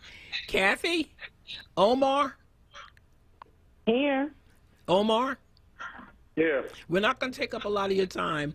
We need to know where, every week we want to hear from you. We want to know exactly where we stand in getting these ballots out and the polling places and everything. Our listeners want to know. We want to spread the word. We've got to get this vote out. Where do we stand? Okay, so as of Sunday, we have 237,718 ballots approved. The mailing still stands at between the middle of the month to the beginning of October. There's a lawsuit filed by the Green Party in regards with the ballot, so that's holding up the time. The Green Party? The Green Party, yeah. And they filed it. And what's the nature of that lawsuit? Well, they're going back and forth to get on the ballot. Some people is challenging not to be on the ballot. Oh, I see. Candidate is. Very complicated. So they want to get on the. So you can't answer this because you have to be impartial. So so we're the interpreters. They want to get on the ballot to be a spoiler. We got Kathy. Kathy, you can answer that. Yeah, I was going to say, well, I can answer that. Okay, This is all a game. Okay, it's a well-oiled machine and a game to try to manipulate votes away from. And I'm a registered Democrat. Obviously a Democratic member of council at large. So, I can say this is a game to try to ensure that the current occupant of the White House can get back in. So that's why it's going to be important for us to do all that we can every single day leading up to November 3rd to do all we can to get the vote out. Right. So, Omar, what about is the lawsuit still standing? That's for the drop off, right? For the ballot, right? For the mail-in ballots. Yeah, so that's still currently still going on as well. Again, we received some guidance from the Secretary of State as to how to proceed. And again, we will keep you guys updated once everything gets settled. We'll let everyone know. But as of right now, again, since we're talking about the vote by mail ballot again, if you receive, your ballot, next week or, within 2 weeks, again, I'm urging you to fill that ballot out as soon as possible. And you can put it in the mail. You can put it in the mail. That's enough time. We will receive it. Again, the post office is moving, just a little bit slower. But also, too, in regards to the post office, that those ballots are priority now. They receive it, so they're handled different than regular mail. So I just wanted to put that out there. Again, we had the drop boxes of primary. The constituents love them. But we hopefully, we'll have the drop boxes for the general. But again, if you receive your ballot, next week, in a week or two, you got it, you fill it out, that's more than enough time for us to have the ballot returned to us by election. How about people who just want to bring it in? Can they bring it in? Well, right now, City Hall is closed, so you can't come into City Hall. It's not open to the public. So if that's maybe the mayor could to change that policy. Sure. Oh, that's where the power is. A question, Omar. One of the things that I've heard on the street is that if you put a stamp on it, it makes it first-class mail, as opposed to just sending it like it is, already stamped. So in addition to the stamp on there, they would put a new stamp on. What do you think about that? No. Save your money. You don't got to put no more stamps on there. We just unanimously approved, again, that we were going to be just like the primary, that we're paying for all return postage. All you have to do is fill out your ballot and mail it back in. That's paid for. Again, just the nature of the ballot due to federal regulations. Right. It's handled in that light. It's handled in priority. Now, some people do certified mail. They'll take the ballot to the post office and then they'll send it certified. Some people do that. Some people can get the confirmation from the post office. You want to pay, like an extra $1 or $2 or something like that. You can actually get confirmation from the post office, saying that we received it. But again, as soon as we receive it, we scan it, it's barcoded in. It's just like you ordering something from Amazon. You'll receive notification that our office has received your ballot. But again, if you have concerns about voting by mail, again, we plan on having 800 polling locations open.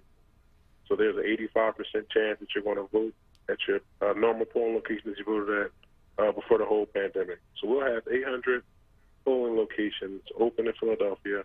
In the primary, we had about approximately 200 locations open.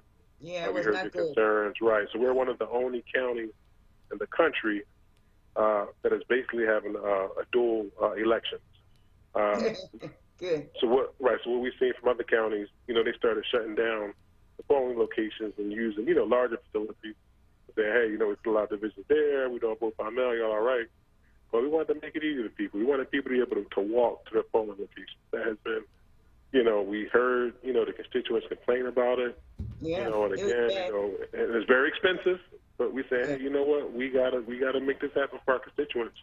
So again, the commission, the election board, we're unanimous on that.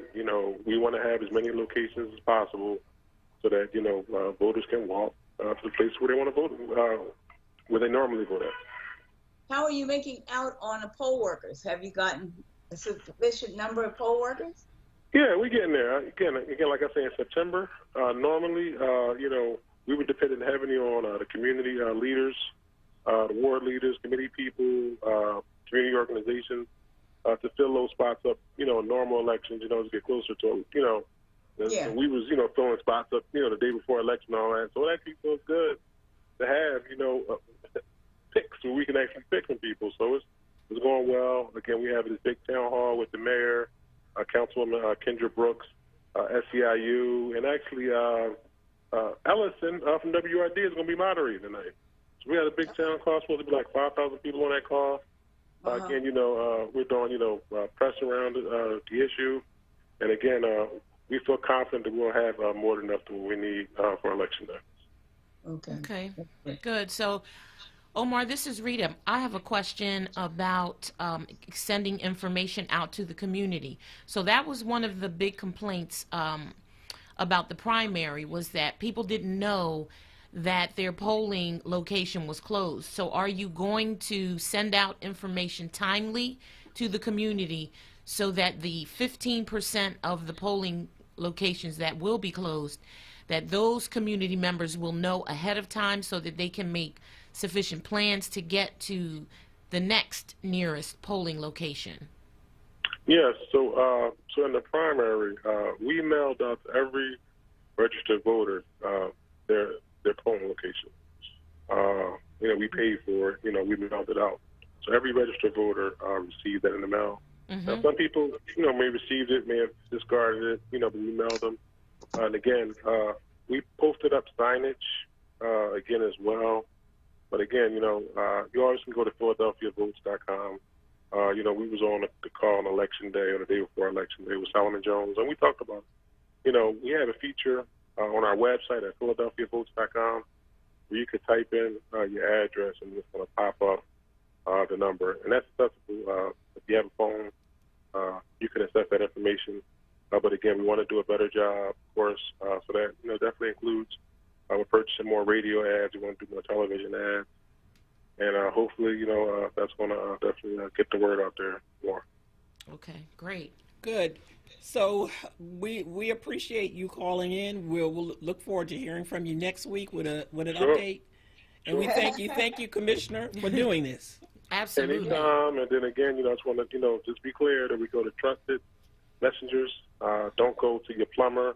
Don't go to your exterminator. Don't go to your barber.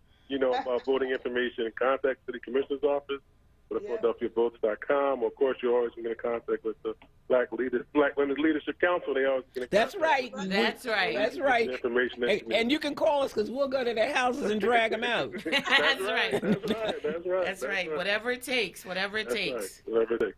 Thank you. Thank you, Omar. Thanks a lot. So, Councilwoman, tell us what you're doing, because I know you leading the fight to get people out to vote.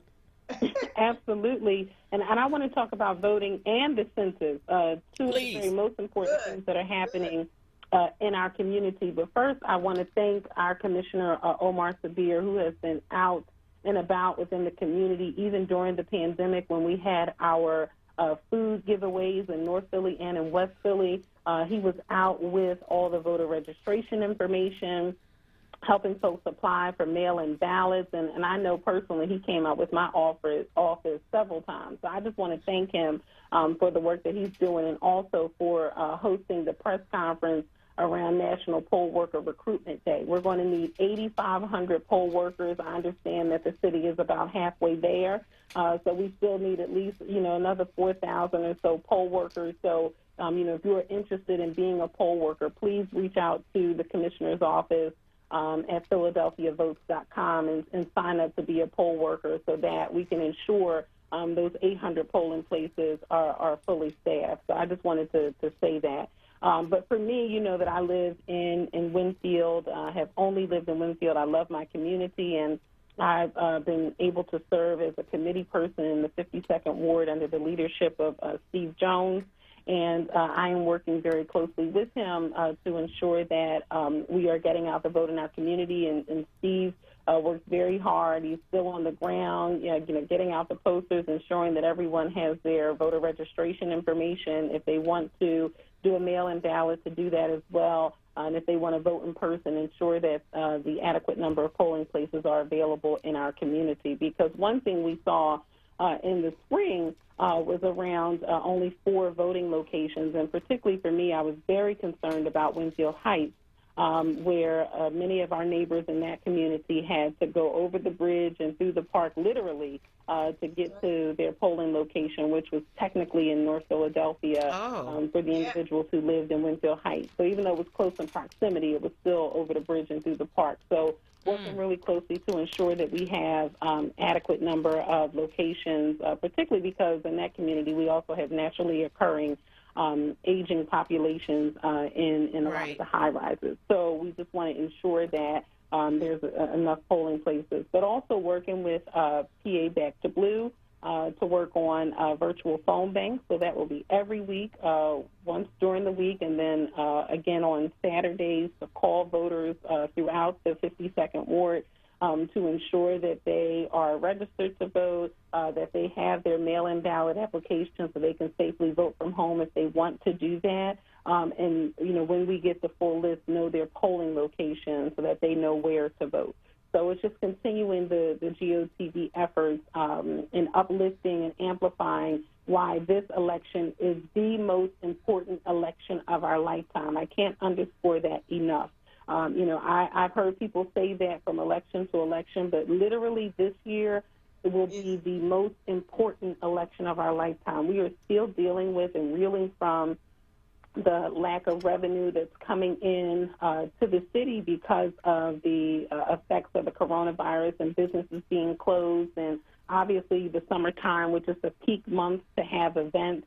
The collection around our amusement tax is down significantly. So we know that we'll face some real significant budgetary challenges moving into this next fiscal year and therefore this next budget cycle. So we will need help from our partners at the federal level and the state level to ensure that, we have adequate funding to provide those quality services to the people of Philadelphia. So it'll be important that we have partners not only in the White House but in Harrisburg who understand and believe in what we need to do and the resources we need to get them done. So for me, this is the most important election of our lifetime. So if you are not registered to vote, you can go to voteca.com. You'll be able to register there. You can check your registration status. You can apply for your mail-in ballot application.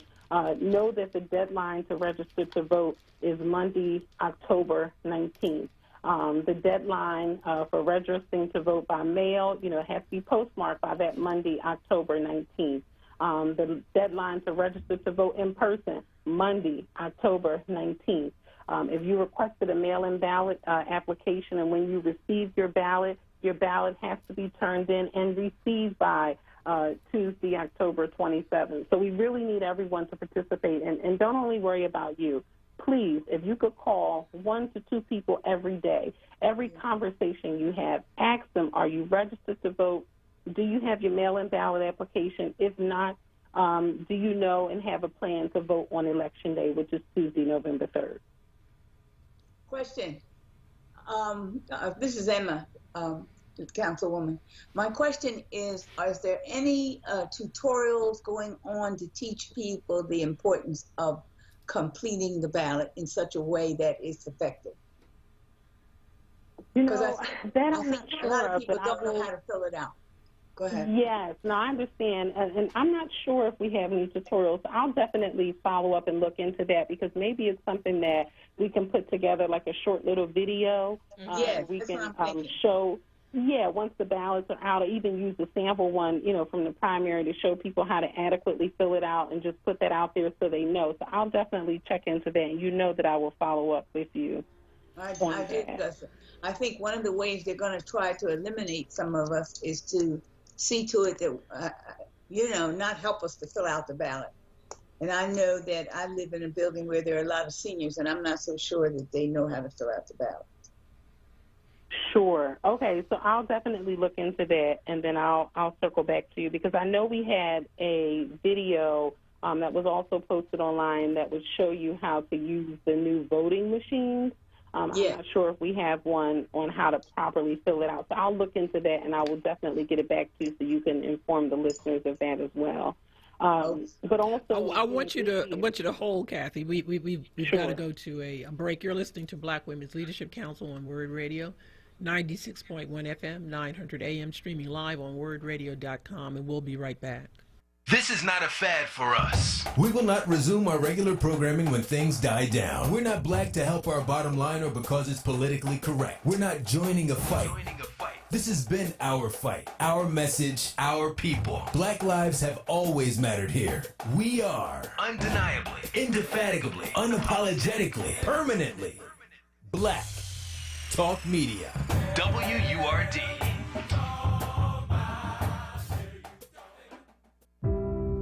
Former Vice President Joe Biden. We have to let people know we're listening, that we not only understand their struggle, but they understand the fact they deserve to be treated with dignity. Senator Kamala Harris. Part of the point of freedom is to be free from brutality, from injustice, from racism, and all of its manifestations. But they're not getting a chance now. Joe Biden and Kamala Harris have a real plan for police reform. It means creating a national standard on use of force and conditioning federal funds for police departments on adoption of that standard.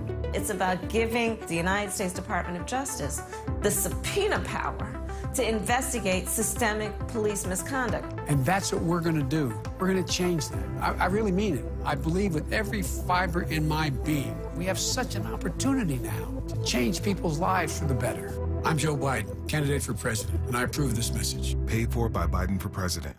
The Word Radio newsletter, keeping you informed, engaged, and connected. Sign up by visiting wordradio.com. Scroll to the bottom of the page and type your email address under Connect with Us. You'll receive the latest information on Word Radio. Messages from our president and CEO, Sarah Lomax Reese. Exclusive articles and multimedia content and resources. Stay informed with the Word Radio newsletter.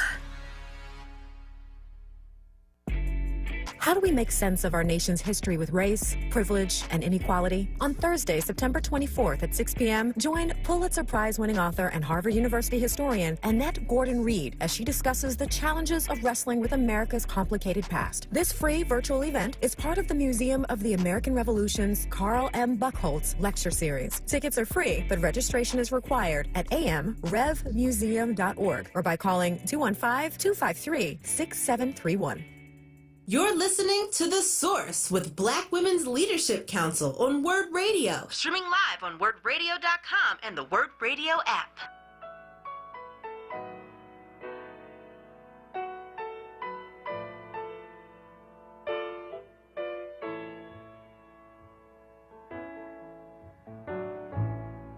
Here I stand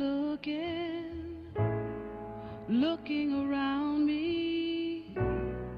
While all around me, what do I see? Unhappy faces behind a painted smile, heartache and loneliness, dressed up in modern style. Unhappy people living in sin and shame. Reflections of myself. Life is no easy game, and we're caught in the trade wind, the trade winds of our time.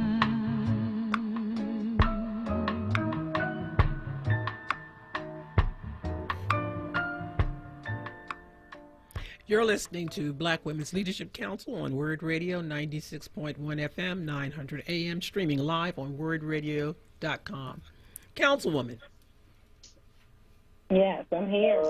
So you wanted to talk a little bit about the census as well. Yes, just a bit. Just to really underscore the importance of everyone in our city filling out and completing their census form as soon as possible. The deadline is September 30th, so you have until the end of the month to get counted. You can go to 2020census.gov, or you can call 1-844-330-2020, And particularly because of the challenges that we'll face as we try to recover from the coronavirus, we will need the support and the funding from the federal government for things in our city, for education, for healthcare costs, food insecurity. You know, we were able to give out a lot of fresh fruits and vegetables and meat within the community throughout the summer because of a grant from USDA. So we need the funds from the federal government. And for every person who isn't counted, Philadelphia loses $21,000 in funds over the next decade. So for each person who is not counted, we lose $21,000 in funding over the next decade. But also for, redistricting purposes, we need to know how many people live where. So they know how to draw the lines of our political boundaries for the elected public servants who represent us. So completing your census form is so important. If you have not been able to do that yet, please don't delay. We have to get you all counted. So you can go to 2020census.gov or call 1-844-330-2020. And once I joined a census caravan about a month ago with our Congressman Dwight Evans, and he shared with us the rates of responses in particularly the 3rd Congressional District in Philadelphia. I was just, I was heartbroken at the lack of responses and the percentage of individuals who have not completed the census form. So we are also doing a census canvas. It'll be socially distant and COVID safe on Saturday, this upcoming Saturday, September 12th at 10 a.m. I am partnering with my district council member, my colleague, Councilmember Curtis Jones Jr., State Senator Vincent Hughes, and my state representative, Morgan Cephas, and also our local RCO, Winfield Residents Association. We will be at St. Barbara's Church, right there off of 54th and Lebanon, this Saturday at 10 a.m., so that we can distribute materials to put on the doors of all the individuals who have not responded to the census. So this, again, will be socially distant. We'll be wearing our masks, but we'll receive our materials to put on the doors of our neighbors and community members who have not responded to the census. And then I'll also be partnering with State Representative Ronnie Green out of the 190th, right there at her office, 550 North 52nd Street, right off of Wyalusing Avenue, on Saturday, September 12th from 1 to 4, where we'll have the 2020 census information and also other state and city government services. So I'll be doing 2 census events this Saturday to ensure we can get the word out on why it's so important to complete your census. So, Kathy, there's someone who comes up on our Facebook and said that they are a census worker, and they say our people will not participate. It says, I've had one census interview today from an Asian family. It said black folk will not answer the doors when you can actually hear them in the house. Many say that they do not trust the census. And this person said they started at 10 a.m. this morning and only had one census interview. What do we do about that? So I think exactly what we're doing now to ensure that folks are educated about the census, understand that when you do not complete the census form, it's less money for our city that will ultimately go back into our local communities. And particularly this year, we will need their participation now more than ever because we will face some really challenging budgetary items as a result of COVID-19 and the closure of businesses as we've had over the past several months. So I think we just have to continue to educate our community members, our family members, and those in our sphere of influence about why the census form and completing it is so very important. And one other thing I wanted to mention, which is anecdotal for me, but I was able to research my family history on Ancestry.com. Absolutely. And a large part of that was because of the census information. So I was able to go back on the computer, and they have digitized all these documents, but I was able to go back on the computer and look at the census from 1900 and 1880, and one of the years, I think 1870, there was a fire, so a lot of those records were lost. But at any rate, I was able to trace my family history back to the early 1800s because of the census. So I thought that was also another, cool reason for why we need to complete the form. But I've heard that from other census workers. Again, I would also ask individuals, if you have not completed your form in the mail, if you could submit it online. Because some of the census workers are telling us that individuals may have already indicated that they completed their paper form, but the census has not received the information yet.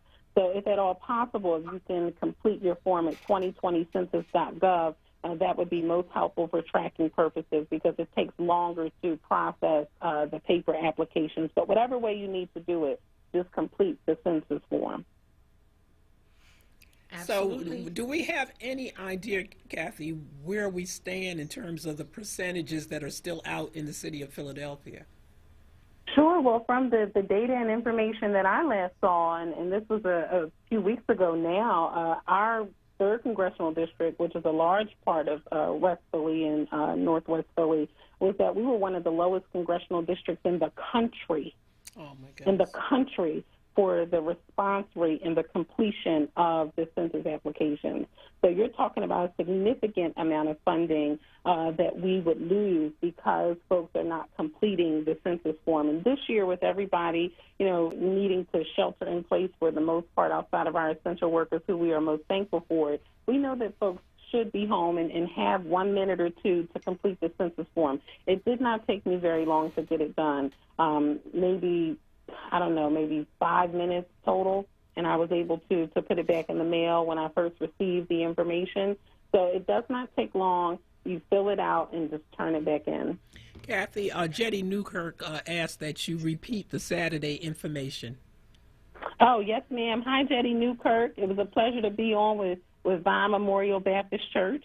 But the Saturday information for Winfield will be at St. Barbara's at 54th and Lebanon at 10 a.m. We'll be out there with Councilman Curtis Jones Jr., State Rep Morgan Cephas, and State Senator Vincent Hughes and Winfield Residents Association. We'll be there starting at 10 o'clock to receive our canvas instructions and information, so we can go door to door and put door hangers on each door for each family who has not completed their census form yet. So this Saturday, September 12th at 10 a.m., we'll meet at St. Barbara's Church at 54th and Lebanon. And then after that, we'll be going on down in West Philly to meet with State Representative G. Ronnie Green. We'll be at 550 North 52nd Street. Again, that's 550 North 52nd Street. That's right off of the corner of Wallooson Avenue. We'll be there from 1 to 4 to talk about why it's important to fill out the census forms, and then also have other state and city government services available. This is so important, and so we need to do everything that we can in order to get these numbers up. Absolutely, and not just for the census, but for voting as well. And I've been really talking to a lot of voters in my community, and like I said, I'm a committee person in the 52nd Ward, so I'm always talking to the folks in my division, and a lot of folks have questions about the process. Some folks are nervous about what's happening with the Postal Service, and I'll be introducing legislation about that tomorrow. But we need to stress the importance of being involved in the process this year. Get registered to vote. Request your mail-in ballot application. If you want to vote in person, you can feel free to do that. When we have the list of polling locations, we're going to get that to Black Women's Leadership Council so that you can share that with your listeners. But we need everybody to be involved and engaged, make their plan for voting on Tuesday, November 3rd, and then also complete that census form before the end of this month, September 30th. I know that Emma wants to talk to you a little bit about the other big thing that is scaring us, and that's very painful, is the violence, the gun violence. Yeah. Mm-hmm. Yes. I know that you're on the special committee on gun violence, and I wanted to know what is happening with that.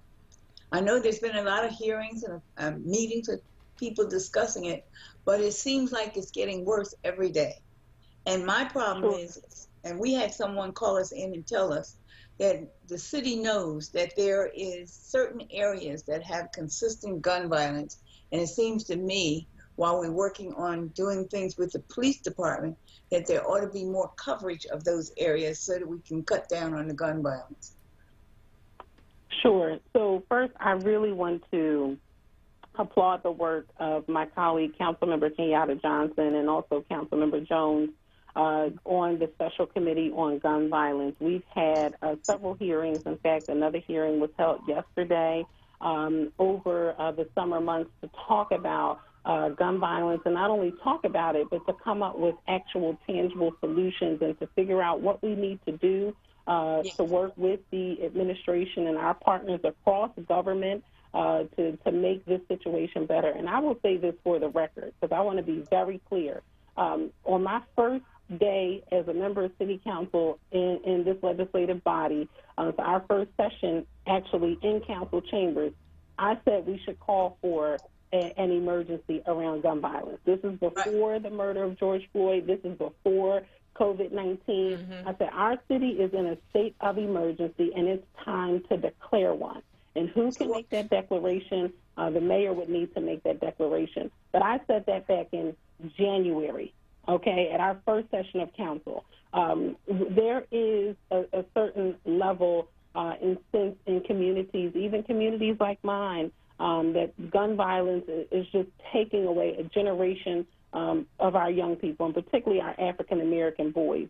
So we really need to look at all of this data and information that has been shared with us collectively, I think in a way that we haven't had before. I mean, these hearings have been eye-opening to kind of see what's been happening within departments and or across departments or what's not been happening, right? And it helps us to identify and target not only our budgetary allocations, but helping the other departments and partners to work together better so that we can achieve greater outcomes. And I agree with you because I've spoken with a number of young people who tell us, we know which areas, are bad. And even the data that the police department has can pinpoint those areas that have, a significant uptick in gun violence or murders or certain criminal activity, right? So the common sense to me would say we need to focus our energies and our resources on those areas. So, Kathy, I want you to stick with us just for a few more minutes. I know that you're supposed to cut off at 3. We got to go to a break, but we do want to hear more about this because this is so important. You're listening to Black Women's Leadership Council on Word Radio 96.1 FM, 900 AM, streaming live on WordRadio.com. Weather and traffic to keep you informed for your drive home in the happy hour with Sincerely Sarita, Monday through Thursday 4 till 7 p.m. right here on Word Radio 96.1 FM and 900 AM WURD. Adopt US Kids presents What to Expect When You're Expecting a Teenager, Learning the Lingo. GOAT, G-O-A-T, acronym, stands for Greatest of All Time, as in spaghetti sandwiches for dinner? They're my fave. Dad, you're the GOAT. You don't have to speak teen to be a perfect parent. Thousands of teens in foster care will love you just the same. Visit adoptuskids.org. Brought to you by the U.S. Department of Health and Human Services, Adopt U.S. Kids, and the Ad Council. I would like to play a little tune I just composed not so long ago. Hey family, do you like hearing the best jazz selections aired by 3 of the best jazz announcers in Philadelphia? Well, tune in to 96.1 FM, 96.1 FM, and 900 AM, WURD Radio, independent black media for Freedom Sounds of Jazz. Freedom Sounds of Jazz. Hear Freedom Sounds of Jazz 10 p.m. Fridays with your hosts in rotation, Aquila, Jonathan Bay, and David Fritz. That's 10 p.m. Friday nights on WURD 96.1 FM and 900 AM, independent black media. Lifting every voice till earth and heaven ring. This is Word Radio, 96.1 FM and 900 AM WURD Philadelphia. Black Talk Media. You're listening to The Source with Black Women's Leadership Council on Word Radio. Streaming live on WordRadio.com and the Word Radio app. We came right back without a song. We want to go right back to the councilwoman. This has got to be the number one issue. We are losing our children. That's right. And this is more than frightening. And so you mentioned before the break that you were the first to step out and call for the mayor to declare this an emergency. And where did it go? And what support do you get? Because, see, I know that when you or any other person of color asks for something, the press treats it like you never said anything. Right. But then there's certain council people, when they say something, it's almost a new revelation. So we get that. Yeah. We get that, because it's like, it's not important until certain people say it's important. Right. So help us with that. Sure. So, I think it's important to understand the roles of council and the roles of the administration, right? So, again, the mayor can make this declaration, just like we have this public health emergency with the coronavirus, and, we share the numbers every day of the presumptive positive cases and the amount of deaths that we've seen as a result of the coronavirus. We can do the same thing across government around gun violence, and we can all partner and work together better to ensure that we are focusing all the energies of every city agency on solving this gun violence epidemic that we are seeing across our community. So I think it's, really from the work of Councilmember Johnson and Councilmember Jones and the hearings we've had through the Special Committee on Gun Violence, that we will see some real tangible change and solutions as a result of that. And again, we go back into session tomorrow, right? And we're coming up on another budget season, so we will know how to target those resources to ensure that we are working on violence prevention in our communities. And that's another reason why I'm focusing on workforce development and jobs. And I know it probably doesn't seem, interconnected to a lot of folks, but everywhere I've gone throughout the city of Philadelphia, the number one thing I hear from the young people, many of who may be involved and engaged in some of this activity, is that I need a job. I need an opportunity. I need a family. What they're basically saying is I need a family supporting or sustaining opportunity so I don't have to be on the street and involved with, criminal activity or just, be involved in this type of lifestyle. The other piece, too, I think, and I think we saw this with the case the other week where the 17-year-olds were shot over a cell phone, is that our young people don't know how to resolve conflict. Our young people literally don't know how to resolve conflict to the point that we can have a shooting over a cell phone, right? With 17-year-olds. They're not even technically adults yet. So that's another thing that I'll be working on, and I'm actually introducing a resolution tomorrow and have been and meeting with the district and the Board of Education around implementing mandatory conflict resolution in our schools from K up to 12th grade, because we have to start somewhere to teach our young people how to resolve conflict outside of picking up a gun. Well, my other question is, all of the things you're talking about is common sense. Why do you think these things haven't taken place by now? I mean, how many more people have to be shot for them to do something? Sure. Well, I think also we have to kind of understand where we are, and I'm not making excuses, but with the onset of the coronavirus, I think it kind of threw everybody for a loop.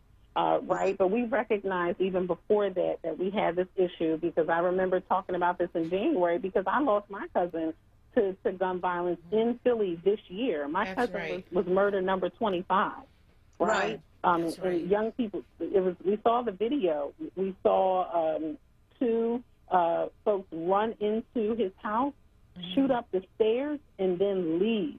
I mean, they were doing an attempted robbery on his porch, and he tried to run in the house, and they still chased him.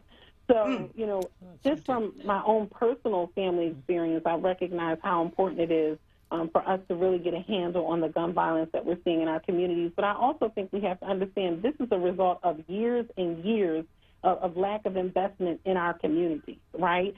Lack of investment in education, lack of investment in our, our general environment, lack of investing in housing and just every structure that surrounds us. And you just don't have a chance or an opportunity to do anything more than what you see because there's no investment in your community. So I think we also have to understand, for the record, that we have to look at how we invest in communities, and particularly communities of color, so that we can start to change some of these structural inadequacies that we have seen for years and years and years. And no, we know we can't do it overnight, because if I had the solution and I knew the answer to why this was happening, we would get it done tomorrow. I would do all that I can to get it done now, right? But we know we have to work through all of this systematic oppression that has occurred for generations over generations, so that we can invest in our community, so that we can, see a decrease in the amount of violence and criminal activity in our city. One of the things that you said, Kathy, was connecting that it is economic, and it's those things together. So when we're looking at a plan to address it, I'm wondering how comprehensive is the gun violence plan to take in consideration that we have a high rate of unemployment. And many times we've seen this, because this is the same argument that I've made for a long time. We have social service dollars, significant dollars going out into the community, but they're by organizations that I believe that don't serve us well. Right. And so it doesn't need to necessarily be a whole lot of new money, but a reallocation of the money that's there to programs that actually work. That's right. That's right. I agree. And Kathy, sorry, I'm sorry. No, you go ahead. I'm sorry. Well, I was going to ask and pick up on Miss Emma and Joanne's statements about the gun violence meetings and the hearings that you're holding. Have you seen an agenda trending from the conversations and from the meetings that you're having? Because we do know that lack of economic opportunity is a big issue. Trauma and the trauma of poverty is a big issue, and the lack of mental health services that treat people of color in our communities. It's not this lack of the service, it's the lack of the what we would call the cultural. Yes, exactly. Competency. Cultural competency. Competency right. with our community. Right. And those are some of the issues that we know need to be addressed. But have you seen any trends coming out of the conversations and the hearings that you're holding that would give members of our community hope that there is a plan that's going to emerge from the meetings and the hearings and the discussions around gun violence into something tangible that can be worked? Sure. So for me, as someone who actually worked in city council for a very long time and starting out as an intern and volunteer, I've been in and around this work for quite some time. And I will say that I have never seen the level of engagement and cross-department cooperation around getting us the data and the information in one collective space within, the hearings on the Special Committee on Gun Violence. I think as a result of these hearings, you will start to see, legislation in City Council, which we reconvene tomorrow. I think it'll help us think about and have a framework for the reallocation of resources so that we are adequately investing in the communities, particularly those that we've seen that have had a significant uptick in gun violence. That's why all of this is important. And then also the leadership team, even prior to these hearings, came up with a new normal budget act that will address a large portion of these areas. So I think, with all of that happening at the same time, we will see significant change because of everybody, working, I would say, really working from the same sheet of music to address I would like, in a variety of ways. Kathy, I would like to see the city council members come together and give a more comprehensive, I know you have an approach, but I think what happens is that very often you all are doing these things and the community really doesn't know that you're doing any of that. Right. And they don't, and then they see these hearings in isolation and they don't know that there's some connectiveness that goes with it. Yes. So if all of you all could come together with, in a gigantic platform or press conference and say, look, we this is a state of emergency in spite of anything that the mayor may say or do, and here's how we're responding to that state of emergency.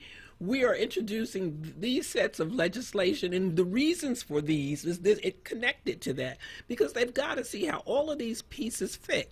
Yes. Okay. Such a good point. And to add to that, all right, it's great that you're passing all this legislation and everybody's studying what's going on, but what the heck are you doing? That's what they want to know. What does that mean? So when you have that meeting that Joanne's talking about and you present this to the community's going to say, well, what does that mean to my community? Right, to me. Is there going to be an improvement? Yes. Absolutely. Makes so much sense. Or my kids going to still keep killing each other. And the police keep knowing where the guns are and not taking them in. I just don't get why it's taking so damn long. Yes, and I agree, but I just want you to know that we are working extremely hard to come up with solutions so that we don't have to continue to deal with it. Well, Kathy, I guess you know that Emma's she's using some salty language. She is salty over there. Don't let Mama have to come out here and deal with that. That's right. That's right. Y'all better get it together. We sat up straight in our chairs. Because Emma done had enough of this. That's right. I'm sick and tired of being sick and tired. I'm so tired of reading in the paper and hearing on the news every day. I know. This many people have been killed. Black people, all the time. Killed. What the heck is going on? And why doesn't the mayor understand that this is an emergency? Right. Is it because it's not his kids? Is it because it's not his kids? That's what I want to know. And I agree, and like I said, and I can reaffirm, we are working extremely hard to address gun violence in our city and ensure that we come up with real, tangible solutions that will actually make a difference. And I'll tell you, I'm not just saying that. That's not any talking points.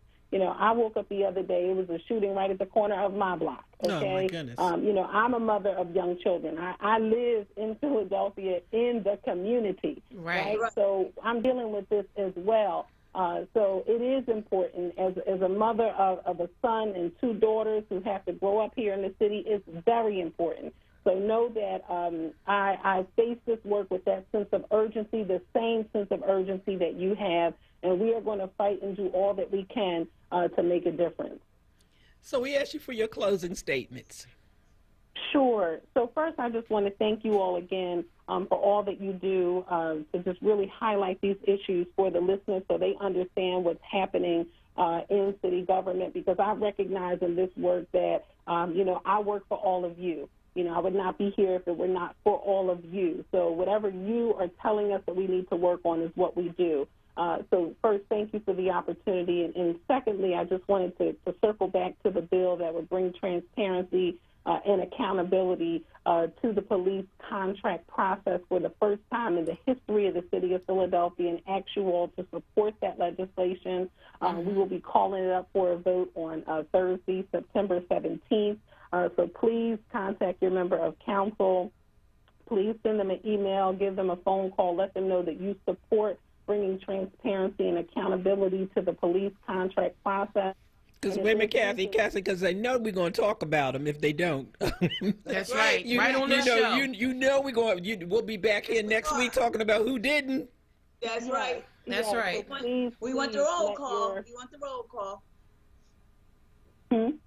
I said we want the roll call on who didn't support it. We'll make sure we share it. Absolutely. Yes, Make sure we share it with you, but please contact your local city council member and let them know that you want transparency and accountability in this overall police contract process. We have a very short time to get this done, and we are looking to get this legislation passed on Thursday, September 17th. If there's anything that I can do for you or your community, feel free to contact me. I'm on Facebook at Councilmember Catherine, that's with a K, Gilmore Richardson, and also on Instagram and Twitter at Councilmember KGR, Councilmember KGR. Feel free to reach out to us at any time, and we'll be more than happy to follow up with you. So thank you for the opportunity. We'll be back to you because we want updates and on the bill, and we also want updates about on the census, and we want updates on getting out the vote. Right. Sure. Census, GOTV, public comment bill, and gun violence. Repeat it again. Census, GOTV, the public comment bill, and then what we're doing around prevention of gun violence in the city of Philadelphia. Correct. Thank you so much. Thank you, Catherine. Thank you so much. All right. Have a great day. Thank you. So, Emma, we're going to turn it over to you because we know that you want to make sure that we in the community, the community is coming together to do something, and not just the community. I mean, it's all of us are in this. Nobody is an innocent bystander. You live in the city of Philadelphia. You are involved in whatever happens here. That's right. You have a stake in whatever happens here. And it affects you. And I want to say that all of us, the three of us, live in the city. So we have a stake in what is going on. We're not just talking about these things. That's right. We're talking about what's happening in our community. Just like Catherine was talking about where she lives, or where I live, where you live, Joanne, where Rita lives. Right. All of us are concerned about the environment that we live in, and it is getting worse every day. And I know people who they must be scared to come out of their homes in certain areas because all you hear about is guns and shooting. I mean, this has gotten ridiculous.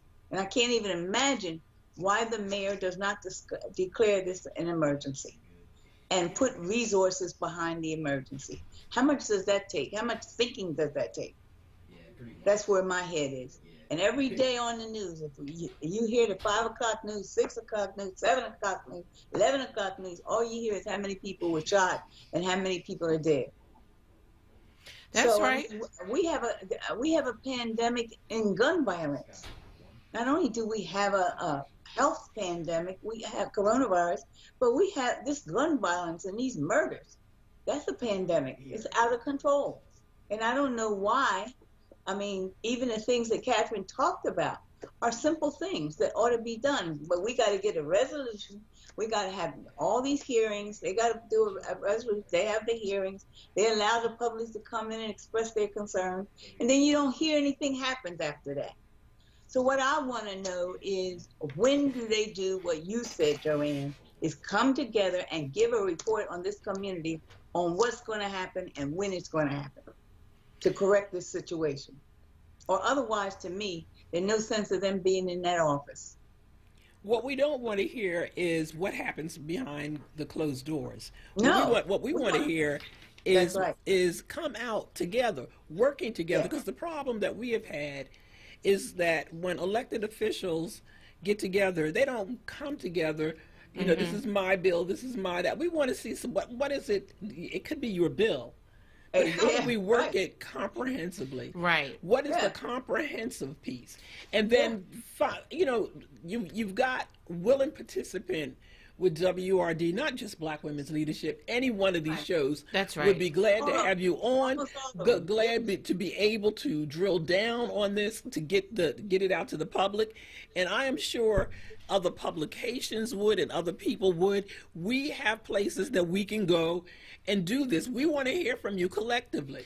Right. And I think it makes sense, Joanne, that collectively city council members come out, because the gun violence is affecting every part of the city. And so people want to know, what are you doing? They don't only want to know, well, what are you doing behind closed doors, and what are you meeting about? What's the result? They want to know, what does it mean to me?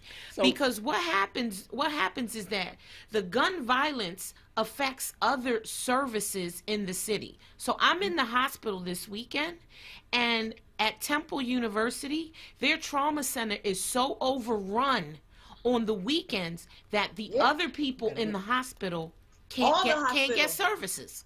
All the hospitals, that's right. They can't do anything but deal with gun violence. Right. We have to take a break, and then we're going to come back. We've had some Pat from Mount Airy that we're going to go right to. Pat, hold on, because you've been on a long time.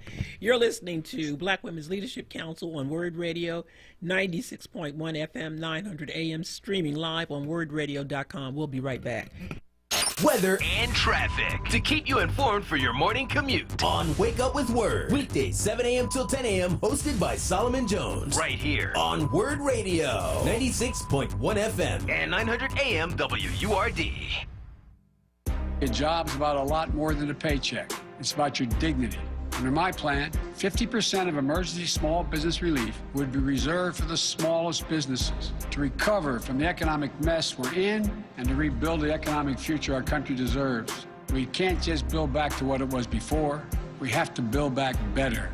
If we truly want to reward the work in this country, we have to ease the financial burdens of care that families are carrying. To start, every 3- and 4-year-old child gets access to free high-quality preschool, and low- and middle-income families won't spend more than 7% of their income on child care for children under the age of 5. Advancing racial equity across the American economy. Building wealth for families of color. Building a future worthy of their courage and their ambition. Just imagine if we could truly unleash their full potential. I'm confident we can do this. I'm Joe Biden, candidate for president, and I approve this message. Paid for by Biden for president.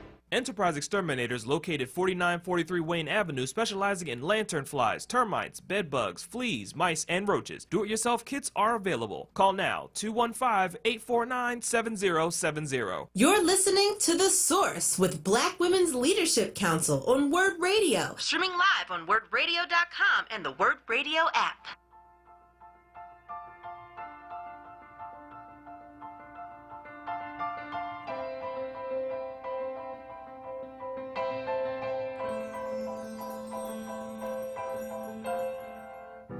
The sense of momentum fills the city air. Here the heartbeat is alive and draws you in. Things will never be the same. Thought I've been here, but never here times before. Then the roller coaster dipped and sped along no more. But I'm not in the same space. 'Cause I'm hardly the woman that I once was. Now I search for the ground underneath my feet as the city burns, as the city burns.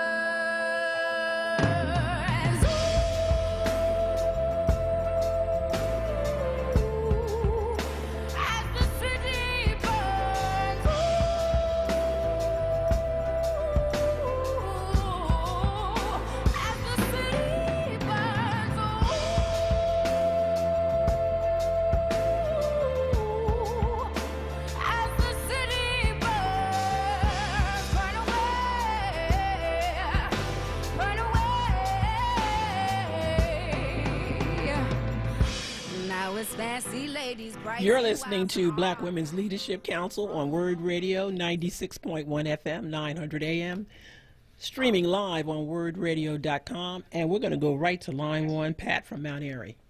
And thank you for holding on. Yeah, thank you. Hello, good afternoon, ladies. Good afternoon. Yes, I heard you mention like economics and revenue all today on your show. I'm a long-time listener, but a first-time caller. Oh, well, congratulations. Yeah. Okay.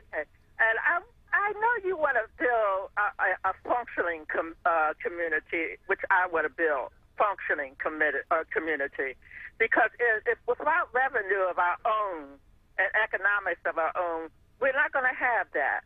And we need to get that, okay? And we have people that are homeless, that are using guns to get revenue, and this is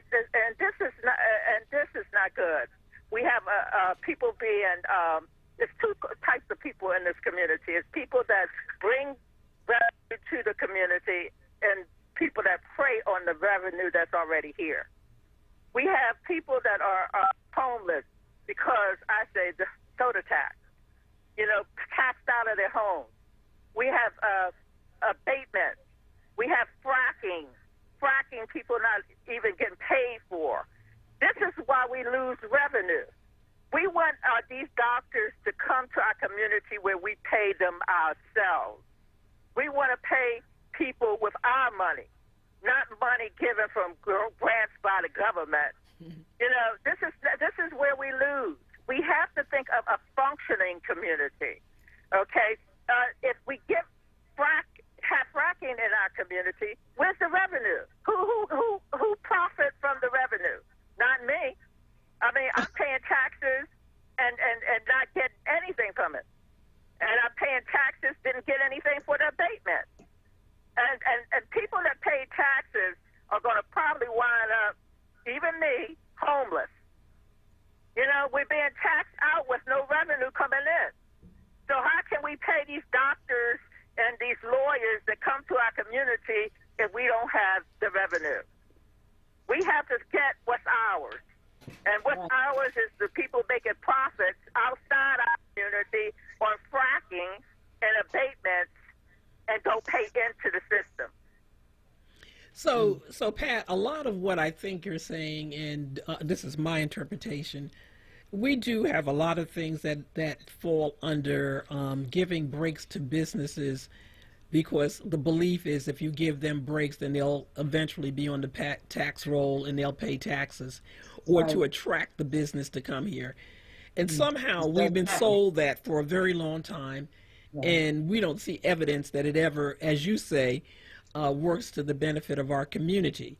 And we have too many homeless. That's right. Too many homelessness out there. Correct. And we're headed for, like I said, a depression. And these people that have fracking in our community need to get a stipend from the natural gases that they collect from this fracking, and so they can live a comfortable life, and we can pay these doctors to build a community that we deserve. Because I see people, what I said like before, we have people that's paying the revenue and people that's preying on the revenue that's paid into the system. Okay? And Philadelphia cannot afford it. We cannot go to this depression earlier than anything else, you know. So we need to keep thoughts together and stop having people prey upon each other in our community. So, Pat, before I let you go, have you reached out to your local congressman, and did you reach out to your council person and your elected officials to let them know how you feel about that? I reached out to everyone, and it seemed like they all have a part in some kind of nonprofit grant or whatever they want to decide they want to be a part of and make revenue off me. Okay, so I want to say to them, you know, we need to stick together. We need to work together. Otherwise, we'll never have a functioning community. And that's all I have to say. Thank you, and have a nice day. Thank you. Line 2, Joey Temple. Good morning, whatever. You don't know. Did you just wake up, Joey? Yeah, I ain't going to lie. What really made me call y'all when y'all start talking about the anti-violence, and I looked on my wall at Malika Z's picture, and I'm like, damn, ain't this sad? You know, here was a brother that brought the idea to the community, and the last sister really read it down.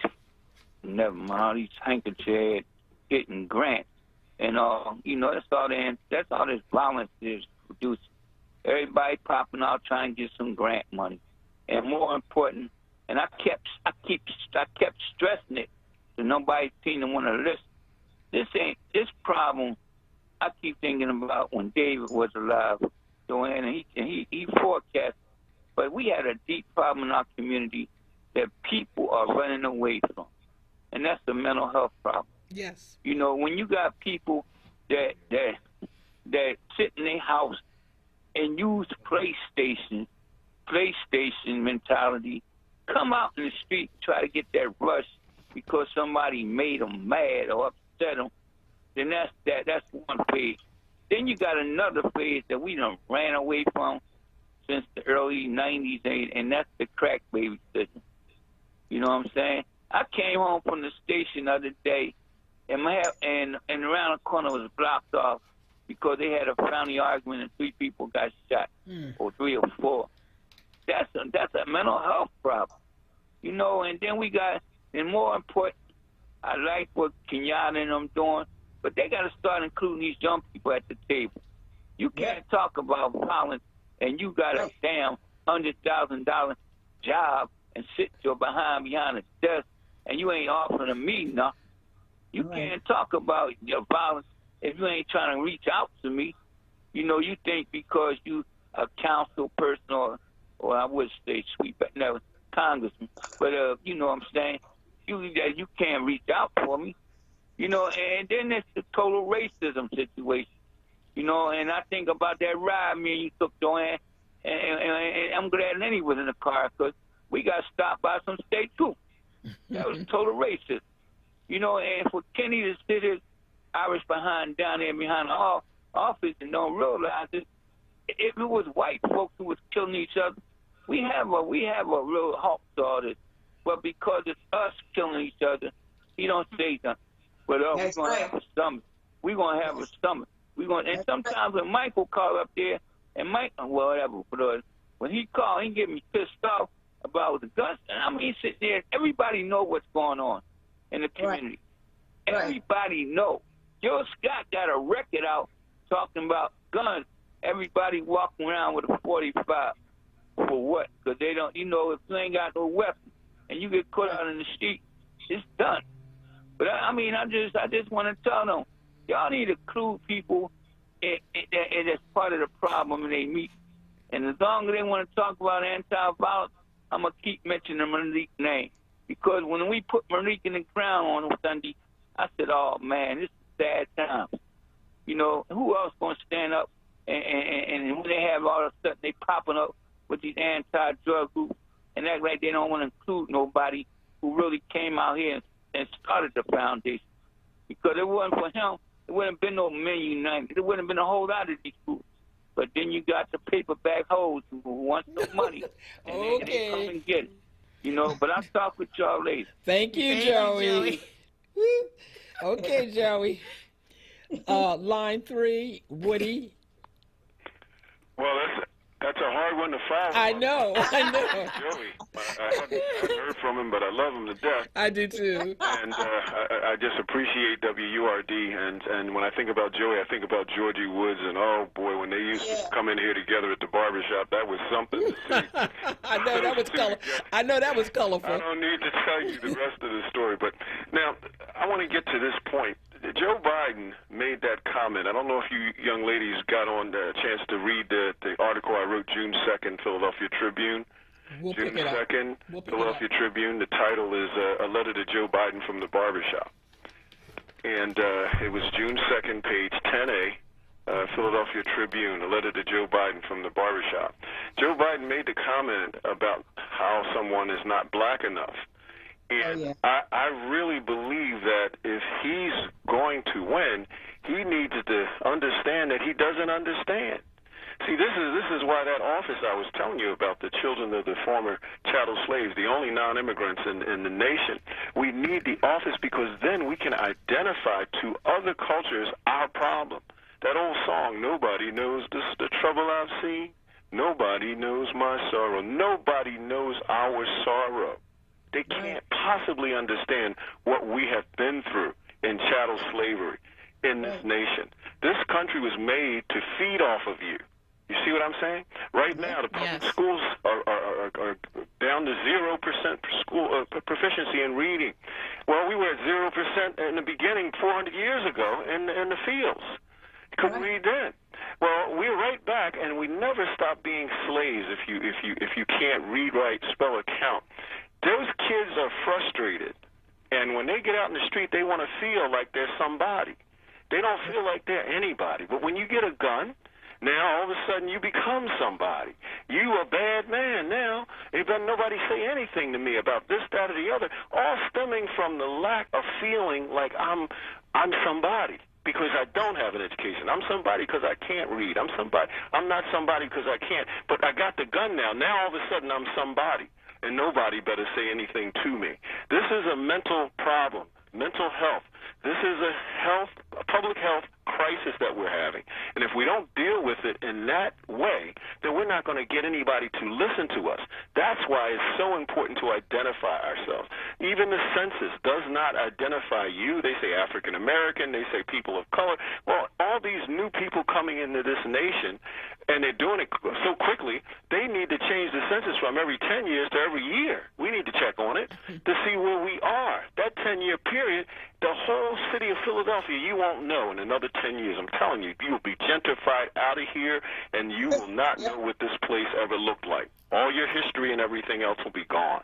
Yes. So all I'm saying to you is, ladies, please Let's talk about this office that will help show the damages of where we've been and what is so necessary for us to be recognized as the only non-immigrants, children of the former chattel slaves. And those damages are mental. Those damages are public health crisis. Those damages are causing this problem that we're having, and it's not going to get any better until we identify ourselves separate from everybody else, because you are. Everybody's making money on you. The Absolutely. prison system is set up for the lack of the education right into the prison system. That's a cycle, a circle. The system of health, same thing. You're dealing with all these kids getting shot and killed, and then all of a sudden it's on the news. And as I stated before, we have this organ donation stuff. It's supposed to be the right thing to do, but my God, you're getting as fresh as organs you could possibly get. Absolutely. From everywhere, coming from this city of Philadelphia. I hate talking like this, people, but I want you to know that office for non-immigrants, children of chattel slaves, needs to be broken down so that the world understands our sorrow. Because right now, nobody knows. For me, that's our reparations. Yes, sir. Absolutely. The reparations is definitely by you identifying your problem. Now they'll know. Okay, well, we can't do this to them because we did that, and now they know it. So now that they know that they gave you the wrong education, you got to bring it up. City Council right now, they can't do anything about the educational structure. They don't have the power in city council. I heard on the other day, Brother Thompson, the city councilman, he let me know, look, there's only so much we can do as it relates to education. See, this circle was not just created. This circle was made so that we would continue to go around in a circle. And the only thing you can do in a circle is get dizzier and dizzier and dizzier. If you don't have the knowledge and coming out of ignorance, because that's where they want you, keep you in ignorance so that they can feed off of you. So they keep you in ignorance so you never, ever will know what is really going on. You play the song Marvin Gaye, what's going on? Yeah, we need to find out. Get your education, 1st grade to 5th grade. Are you as smart as a 5th grader? Take all the grandparents and anybody that didn't get the proper foundation of an education. That office would stand for that. Let's start with reading, writing, and arithmetic, not computers. We're talking about the elders who can come in and help, the old school teachers. This is going to help build a foundation so people can see this is a mental public health issue that has to be dealt with. Otherwise, other people are going to get hurt, and it will continue to go around and around that circle of never coming out. Well, I think that we support you. We want to call it I'm going to call it the Office of Reparations, but we really do have to lay the foundation. Yes, well, that's what I'm talking about. We can sit down and talk about that office, but I know I'm the only non-immigrant in this nation, and I'm the only group of the children of those former chattel slaves, and there has been damages that causes you to have to get reparations. Reparations is one of the things. We got millions of things that office is going to bring out. Yep. Well, that's great.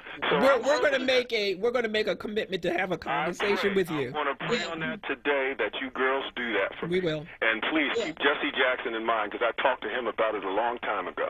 We'll stick Emma on him. Yeah, I want Emma to get on him. Emma, you here?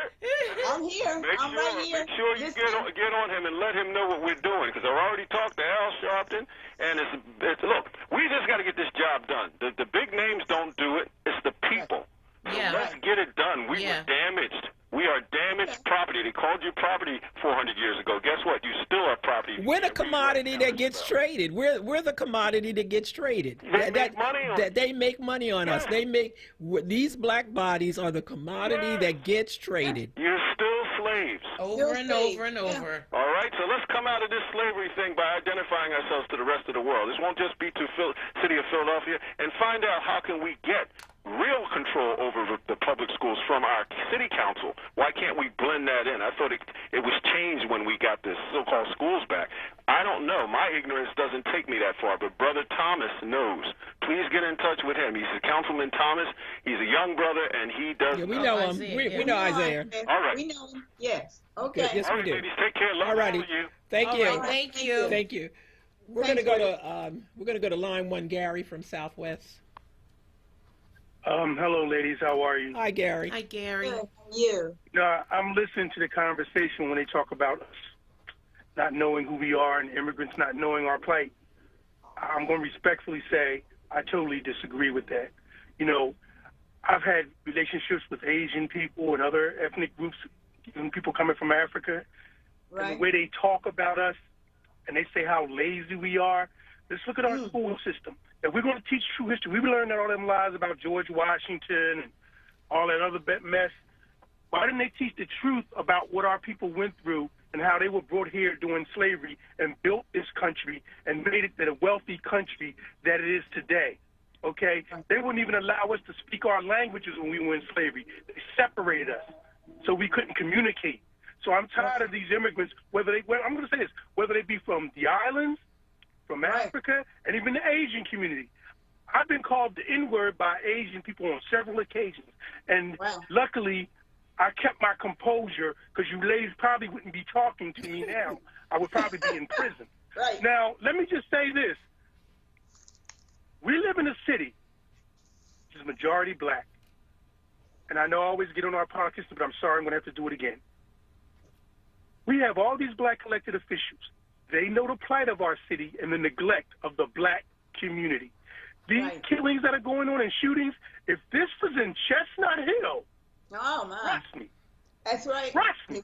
That's right. It would be taken care of. So we better stop dummying ourselves down, going with, oh, well, they can't really do anything. These children, people, for what we've been through, we're a miracle. I mean, a miracle to still be alive and still achieve greatness at all levels. That's true. Absolutely right. So we better stop giving these elected officials a free ride with this nonsense. Because you know what? When I walk out that door, I'm a black man, my sons are black, and they could be shot on any given day, either by one of our own or by the police. That's right. I'm tired of these sorry excuses. Almost said a word. I'm tired of these sorry excuses that I'm hearing from people who I pay their salary in tax dollars, okay? And they can sit back, oh, we don't know what to do. But you're giving breaks to all these developers. They're taking our city over. They're taking all our old school buildings over and converting them to condos and apartments. They better wake up. I'm sorry. We better wake up or it's going to be too late. And you know what? You're going to have more violence. I'm out here driving now. You know, I'm hands-free, but I'm looking at, I see these young people that got them little checks, and a lot of them bought cars and everything. They're out here reckless, driving crazy, running through lights. I've seen that. I told my wife, even though you have that green light, look at the crossing traffic and make sure that they're stopping. I almost got hit at least 5 times today, at least 5. And for these politicians to sit back and act like they don't know what's going on, like I said again, Chestnut Hill, Roxborough, somewhere like that, oh, that would not be happening. And guess what? I live right not far from the airport, okay? And I'm looking, and I've noticed I don't see many police officers around at all. Then we had the flooding in my area, and I thank God I wasn't one of the victims, but many of my friends and some family members were. They can't do anything. They don't do anything for us. Our people are neglected, disrespected, and I'm so tired of it. Thank you, ladies. Thank you, Gary. We feel your frustration. And I too, I've been seeing more reckless driving as well, painfully. And I agree with you up to this point. I'm tired of the elected officials speaking in silos. Absolutely. This is right. That's right. They have to put whatever their differences may be with each other and have a united front to come out and tell the community that we are collective. Yes. In what we need to do. It's important. And, we don't need you know what? And they congratulate each other all the time on what they do, but we don't know what they're doing. We don't see the results of what they're doing. I want to thank this one. I want to thank that one for doing their job. They just need to do their job and get this issue taken care of. Yeah, I'm in agreement about it. I'm not so much about the thank yous. I don't think until the job is done. That's right. Until the job is done, don't go out and take a bow. Your job isn't done. Exactly. We're going to break. You're listening to Black Women's Leadership Council on WORD Radio, 96.1 FM, 900 AM, streaming live on WORDradio.com, and we'll be right back. Just one more step. You got it. You're doing great. This is the sound of a nationally ranked top rehabilitation hospital. home to the largest collection of robotics in the United States, where we continually exceed patient expectations, because no injury is too severe or too minor for our care. There you go. This is the sound of success. Moss Rehab. Challenge accepted. Family Therapy Vignette Moments with Dr. Lucille Ijoy. A couple wants to get married during this pandemic time. They've had spiritual counseling, guidance from their families, and they feel ready. Well, the therapist says, just be wise about your health and the health of your family and your guests, and take it step by step.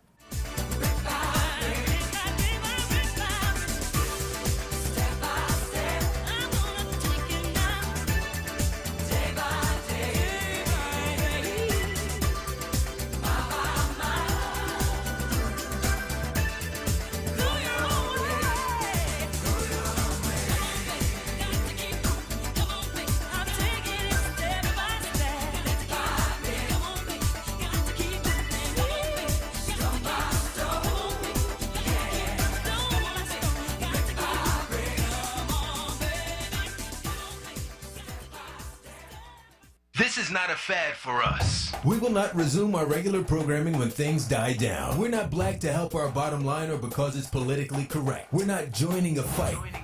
This has been our fight, our message, our people. Black lives have always mattered here. We are undeniably, indefatigably, unapologetically, permanently Black Talk Media. WURD. Hey, Word family. Our friends at Amoroso's Baking Company are hiring right now. Amoroso's has been baking the delicious bread in our community for over 100 years, and they want you to join their team today. The old and the young love Amoroso's, and they are hiring right now. Check it out. They offer fair pay and provide health, dental, and prescription plans after 90 days employment. Call 856-754-0355 or visit amorososbaking.com for details. You're listening to The Source with Black Women's Leadership Council on Word Radio. Streaming live on wordradio.com and the Word Radio app.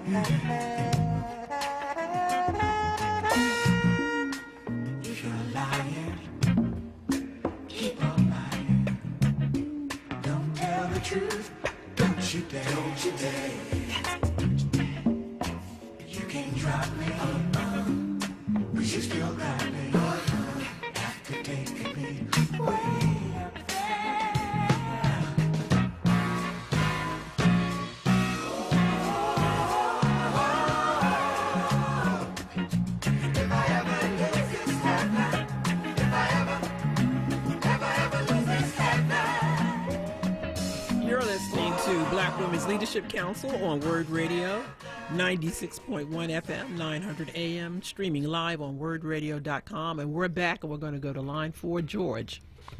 Good evening, ladies. How are you? Good evening. Hi, George. And you know what? I want to congratulate each and every one of y'all for not being one of Brian Abernathy's what we call note handlers. You know, them envelopes, you know? You know, Yeah. we got all these hellraisers in the city, all these people who they all talk to the table, and then they supposed to be this and black that. You don't hear nothing out of them. All these years, people talking about violence, you don't see them. You know why? It's a thing called a check. And I'm going to tell these fools how to get caught and how to get shut up. They give you a check, so when they cash the check, they call you to City Hall. They say, yo, man, we need to speak to you, man. We need to talk to you about some things that's going on. You rush down there thinking you getting another check. They say, you see this check here? This is the check we gave you. This check is to keep your mouth shut. Now, if you can't say anything good about the administration, don't say nothing good at all. You know, don't say nothing. And that's how it applies. Keep your mouth shut and do what you're told. Once you take that money, you're sold your soul. So, you know, Kenny played the game well. You know, just like these cops, the cops listen to McNesby, not the mayor, not the managing director. They listen to their leader. That's who it is, okay? And like I say, until somebody go up there and make peace with McNesby about all this craziness, these cops going to keep ignoring things. That's why we have violence. Second thing is, watch tomorrow in council. These council people are really happy about these, you know, all this violence. They got something to talk about. They're going to all tell you about what they're going to do. Remember, council can't do nothing about violence in the street, not one thing. That's not their perimeter. Their job is to allocate money and to fund different things. So all this stuff about what they're going to do tomorrow, Miss Emma, I hope you're there so they can, like, you know, they so used to that Zoom giving out shout-outs and hollering. Why would you thank somebody for doing their job? They get $100,000 a year to do that job, and they shouting out to each other, oh, I'm glad you did that. You ever notice the legislation? It's all photo op legislation. What do they do to actually get back to the community? And I'm going to start calling out a few of those council people who are purposely and intentionally letting their neighborhoods get gentrified so other people from other parts of the, you know, the country and everything else can move in their district so the district can become more white. You know, that's the whole thing. All you got to do is go to meetings and sit there and listen. It don't take no rocket science or some genius. All you got to do is keep your mouth shut, sit there and listen, or come to city council, go in the hallway, and listen to how them dumb council people be sitting up there laughing about their constituents. That's why voting is important. You know what? It occurs to me just as you were speaking, when you talk about the neighborhoods that were gentrifying, one thing that council could have done is to prevent the use of the 10-year tax abatement in certain neighborhoods, convert the abatement to maintain people who live in the properties and abate their taxes and give them something to stabilize it. So against that, you have a neighborhood stabilization against and just block it out. So if you want to have a 10-year tax abatement for stuff that you want to do for businesses in Center City or something like that, you know, consider if it's job creation and make them prove that they're creating new jobs, not maintaining old ones. And but Joanne, go ahead. They do have that. What the program is? I just forgot. Just that great. Loop. It's right. The Loop program that do protect people from their taxes going up. But you got to realize. But you got to make an investment. But see, the thing is, that has to be coupled with an investment, because what happens is that you have a lot of people who are on fixed incomes. You also have people that Tracy talks about that lose their homes because they don't have ownership of them. So we have to fix those things in those neighborhoods. And like you said, elected Tracy to office, because now before she was there, those type of things were secrets.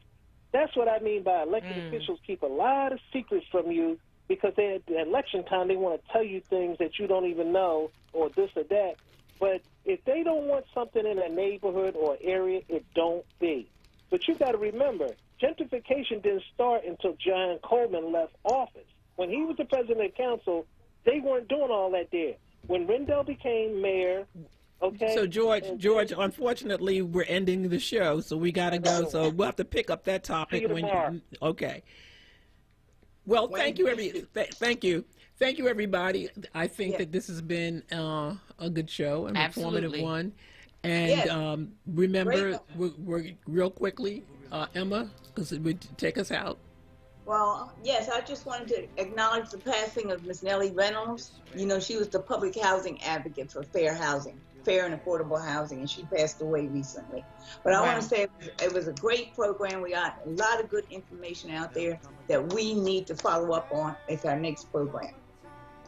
Thank you, everyone. Rita, I hope your mom does better. Yes, thank you so much, Joanne. Thank you, Miss Emma. Thanks, everybody, for your well wishes. Thank you. Uh-huh. We'll see you next week. Bells won't be ringing. No bells won't be ringing. Who really cares? Who really cares? Who's willing to try? Who is willing to try to save a world? To save a world that's destined to that die. Is destined to die. When I look at the world, when I look at the world, it fills me with sorrow. It fills me with sorrow. Little children today. Children today. Really gonna suffer tomorrow.